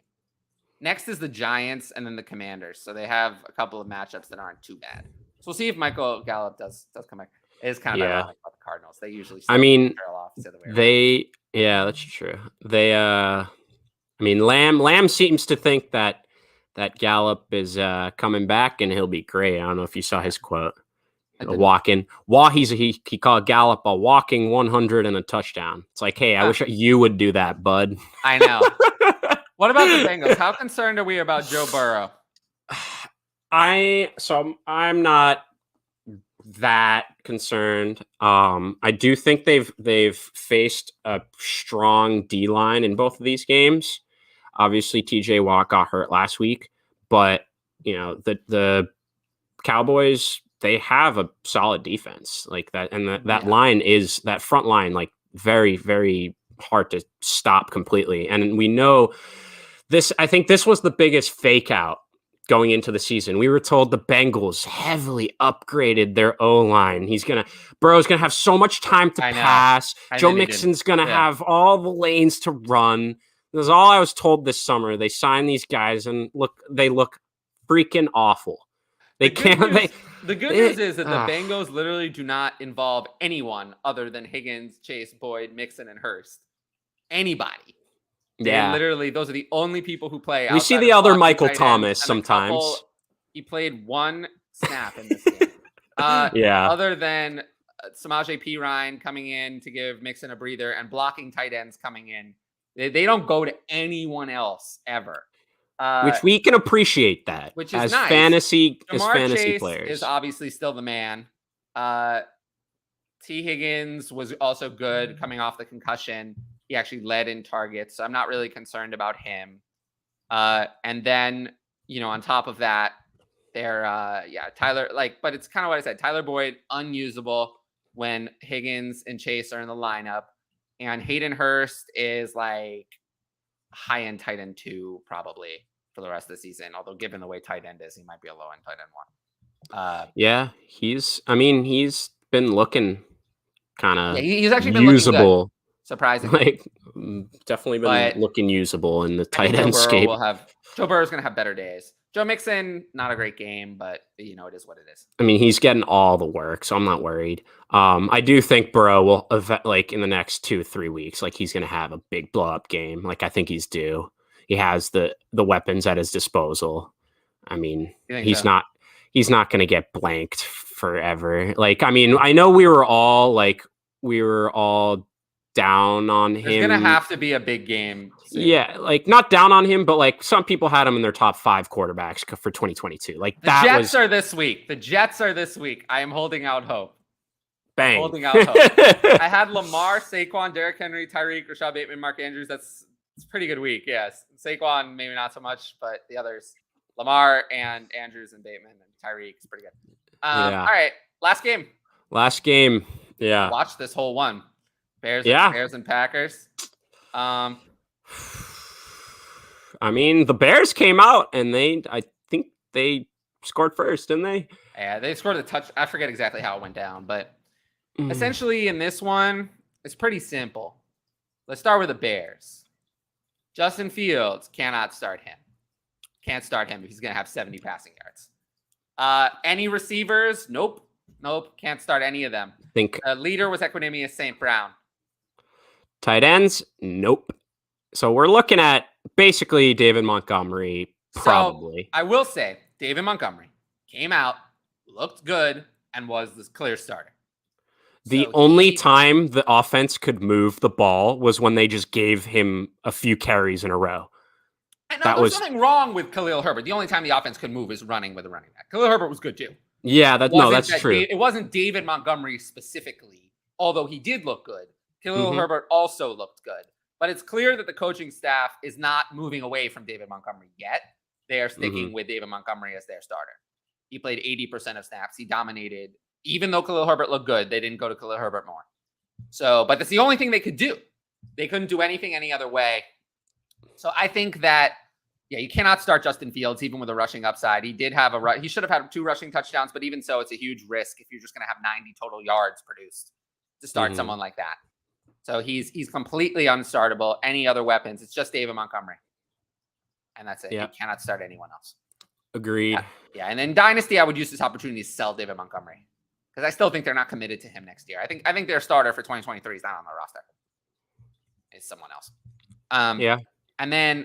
Yeah, Justin Fields we know sucks, but what do? You can't sell him. Nobody wants him.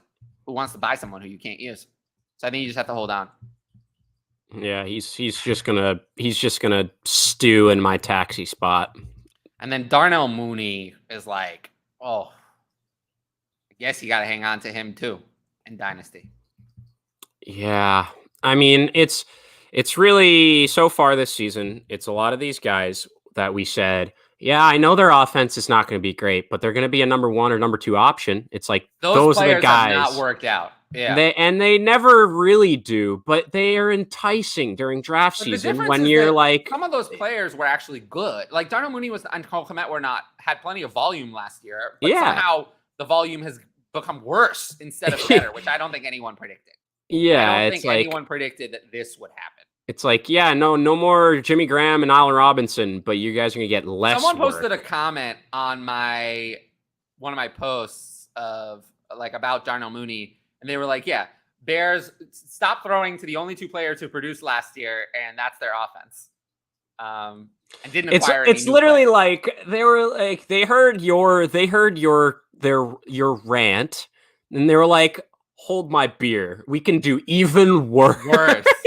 Yeah, and it's so baffling. They're just so incompetent. Again, like we said, like there's just 3 or 4 coaching staffs, head coaches, just teams, offenses that just look so incompetent, just so bad. And I don't understand how they won game 1.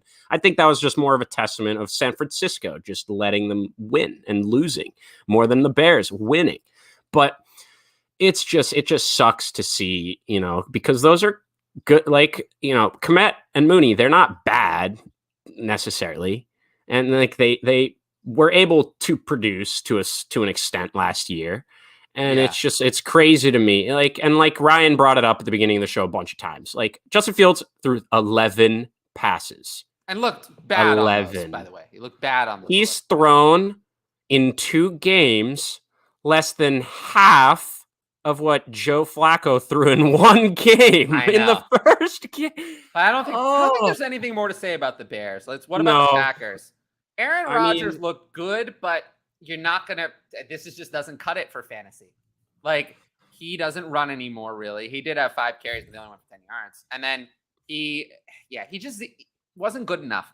Aaron Rodgers, I think for fantasy is fine, but I think I said to sell him. I think that was a really good idea. And I think people are realizing he's 38. He's not going to turn 39 in December, and he's not really producing big fantasy numbers. So why does he carry the value that he does? I don't think this was a great example of what he can do. But he doesn't have the weapons. He doesn't have the weapons to produce big fantasy numbers anymore. I think the days of big fantasy numbers are over. I think they were running the ball too good to not to even have to rely on him. But of course they are, because that's how their team is built. Aaron Rodgers is just not it for me. All right. Breece Hall, Amon-Ra and 23 first for Javonte Williams and AJ Brown. I'll take the side with the 23 first. Really? Yeah. Yeah, that's tough. That's tough. We always want to take the 23 first. Almost always. McKenzie or Burks? With Davis out, I'll take McKenzie. All right. And then, so we talked about Aaron Rodgers. Then the weapons there. Allen Lazard, I think, will get more involved. Christian Watson, they tried to scheme him touches, but he didn't do anything with him. Robert Tonyan barely played. Do you remember the snap that they which fumbled? One he dropped? Yeah, there was a lot of. No, the one that he didn't even drop it. He ran right in front of Rodgers as the ball was, and it's like he's just really not playing himself off the field. It looks like. Yeah, Robert Tonyan, I think he's just not getting involved. No, he doesn't see the field. He's not on the field often enough. Yeah, I mean, I think it was Lazard. It was the clear-cut leader in snaps and routes. He caught a touchdown. Sammy Watkins was the actual number one in yards and stuff. I do think Allen Lazard is going to have better days. I think Allen Lazard is going to have better days, but I think this, where nobody had more than 3 receptions, is what it's going to look like. So I think I'm very comfortable. I ranked Allen Lazard for the season around 45. I think that's very fair ranking. I think I ranked him at like 38 this week. I thought the matchup was good against Chicago. I thought he could take advantage of that. I don't think I'm going to have him as high this coming week. I think he's going to be lower. I think we saw what the Packers want to do. And also the matchup against the Buccaneers is really bad. So that was always my appeal. Was I never thought he was going to catch 100 balls or even go over 1,000 yards or anything like that. Like, I just think he's the first person Rodgers is going to look to in the end zone. I agree with you that he's the first, but I think it's a first among equals or almost equals. So that's just, I don't think the Packers, I still do not think the Packers have a top 40 fantasy wide receiver this year. So, I mean, this game, they won this game. They won this game going away. Mm-hmm. And this is what it looked like. This is what they want. This is what they want. This is the offense they want. This is the offense they want. So I think all the receivers, Christian Watson, I do still like long-term. Romeo Doubs looked kind of like a rookie, but he did play ahead of Watson. The whole thing is kind of a mess. I think it's pretty clear for now that the only players you're really considering are Lazard, who you can start as a low-end wide receiver 4. And then Jones and Dillon, I think, are must-starts every week. I mean, they had 33 carries between them. Jones definitely had the edge. Dillon looked flat. Didn't really look good in this one. I think that it was like a concerted effort to get Aaron Jones way more involved. But Dillon also just didn't look good. He just had it. He didn't look so good in this game. But again, I'm not going to say that he's bad or anything because he looked pretty good in week 1. But I would just say that you can probably start Aaron Jones as a borderline RB1, low-end 1 to high-end 2, and you can start Dillon as a mid to low-end running back 2. In Dynasty, I would still prefer Dillon.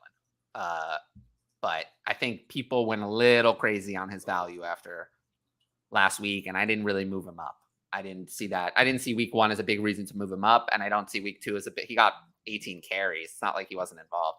I don't see week 2 as a reason to move him down. He's been kind of hovering in that like mid Dynasty RB2 range for me, and he hasn't really moved. Yeah. I mean, at least for this year, I definitely wasn't as high on Dillon. Yeah, I mean, if Aaron Jones goes away, then. Oh, yeah. I mean, like you said, in Dynasty, I'd rather A.J. Dillon, just basically an age and a touches thing.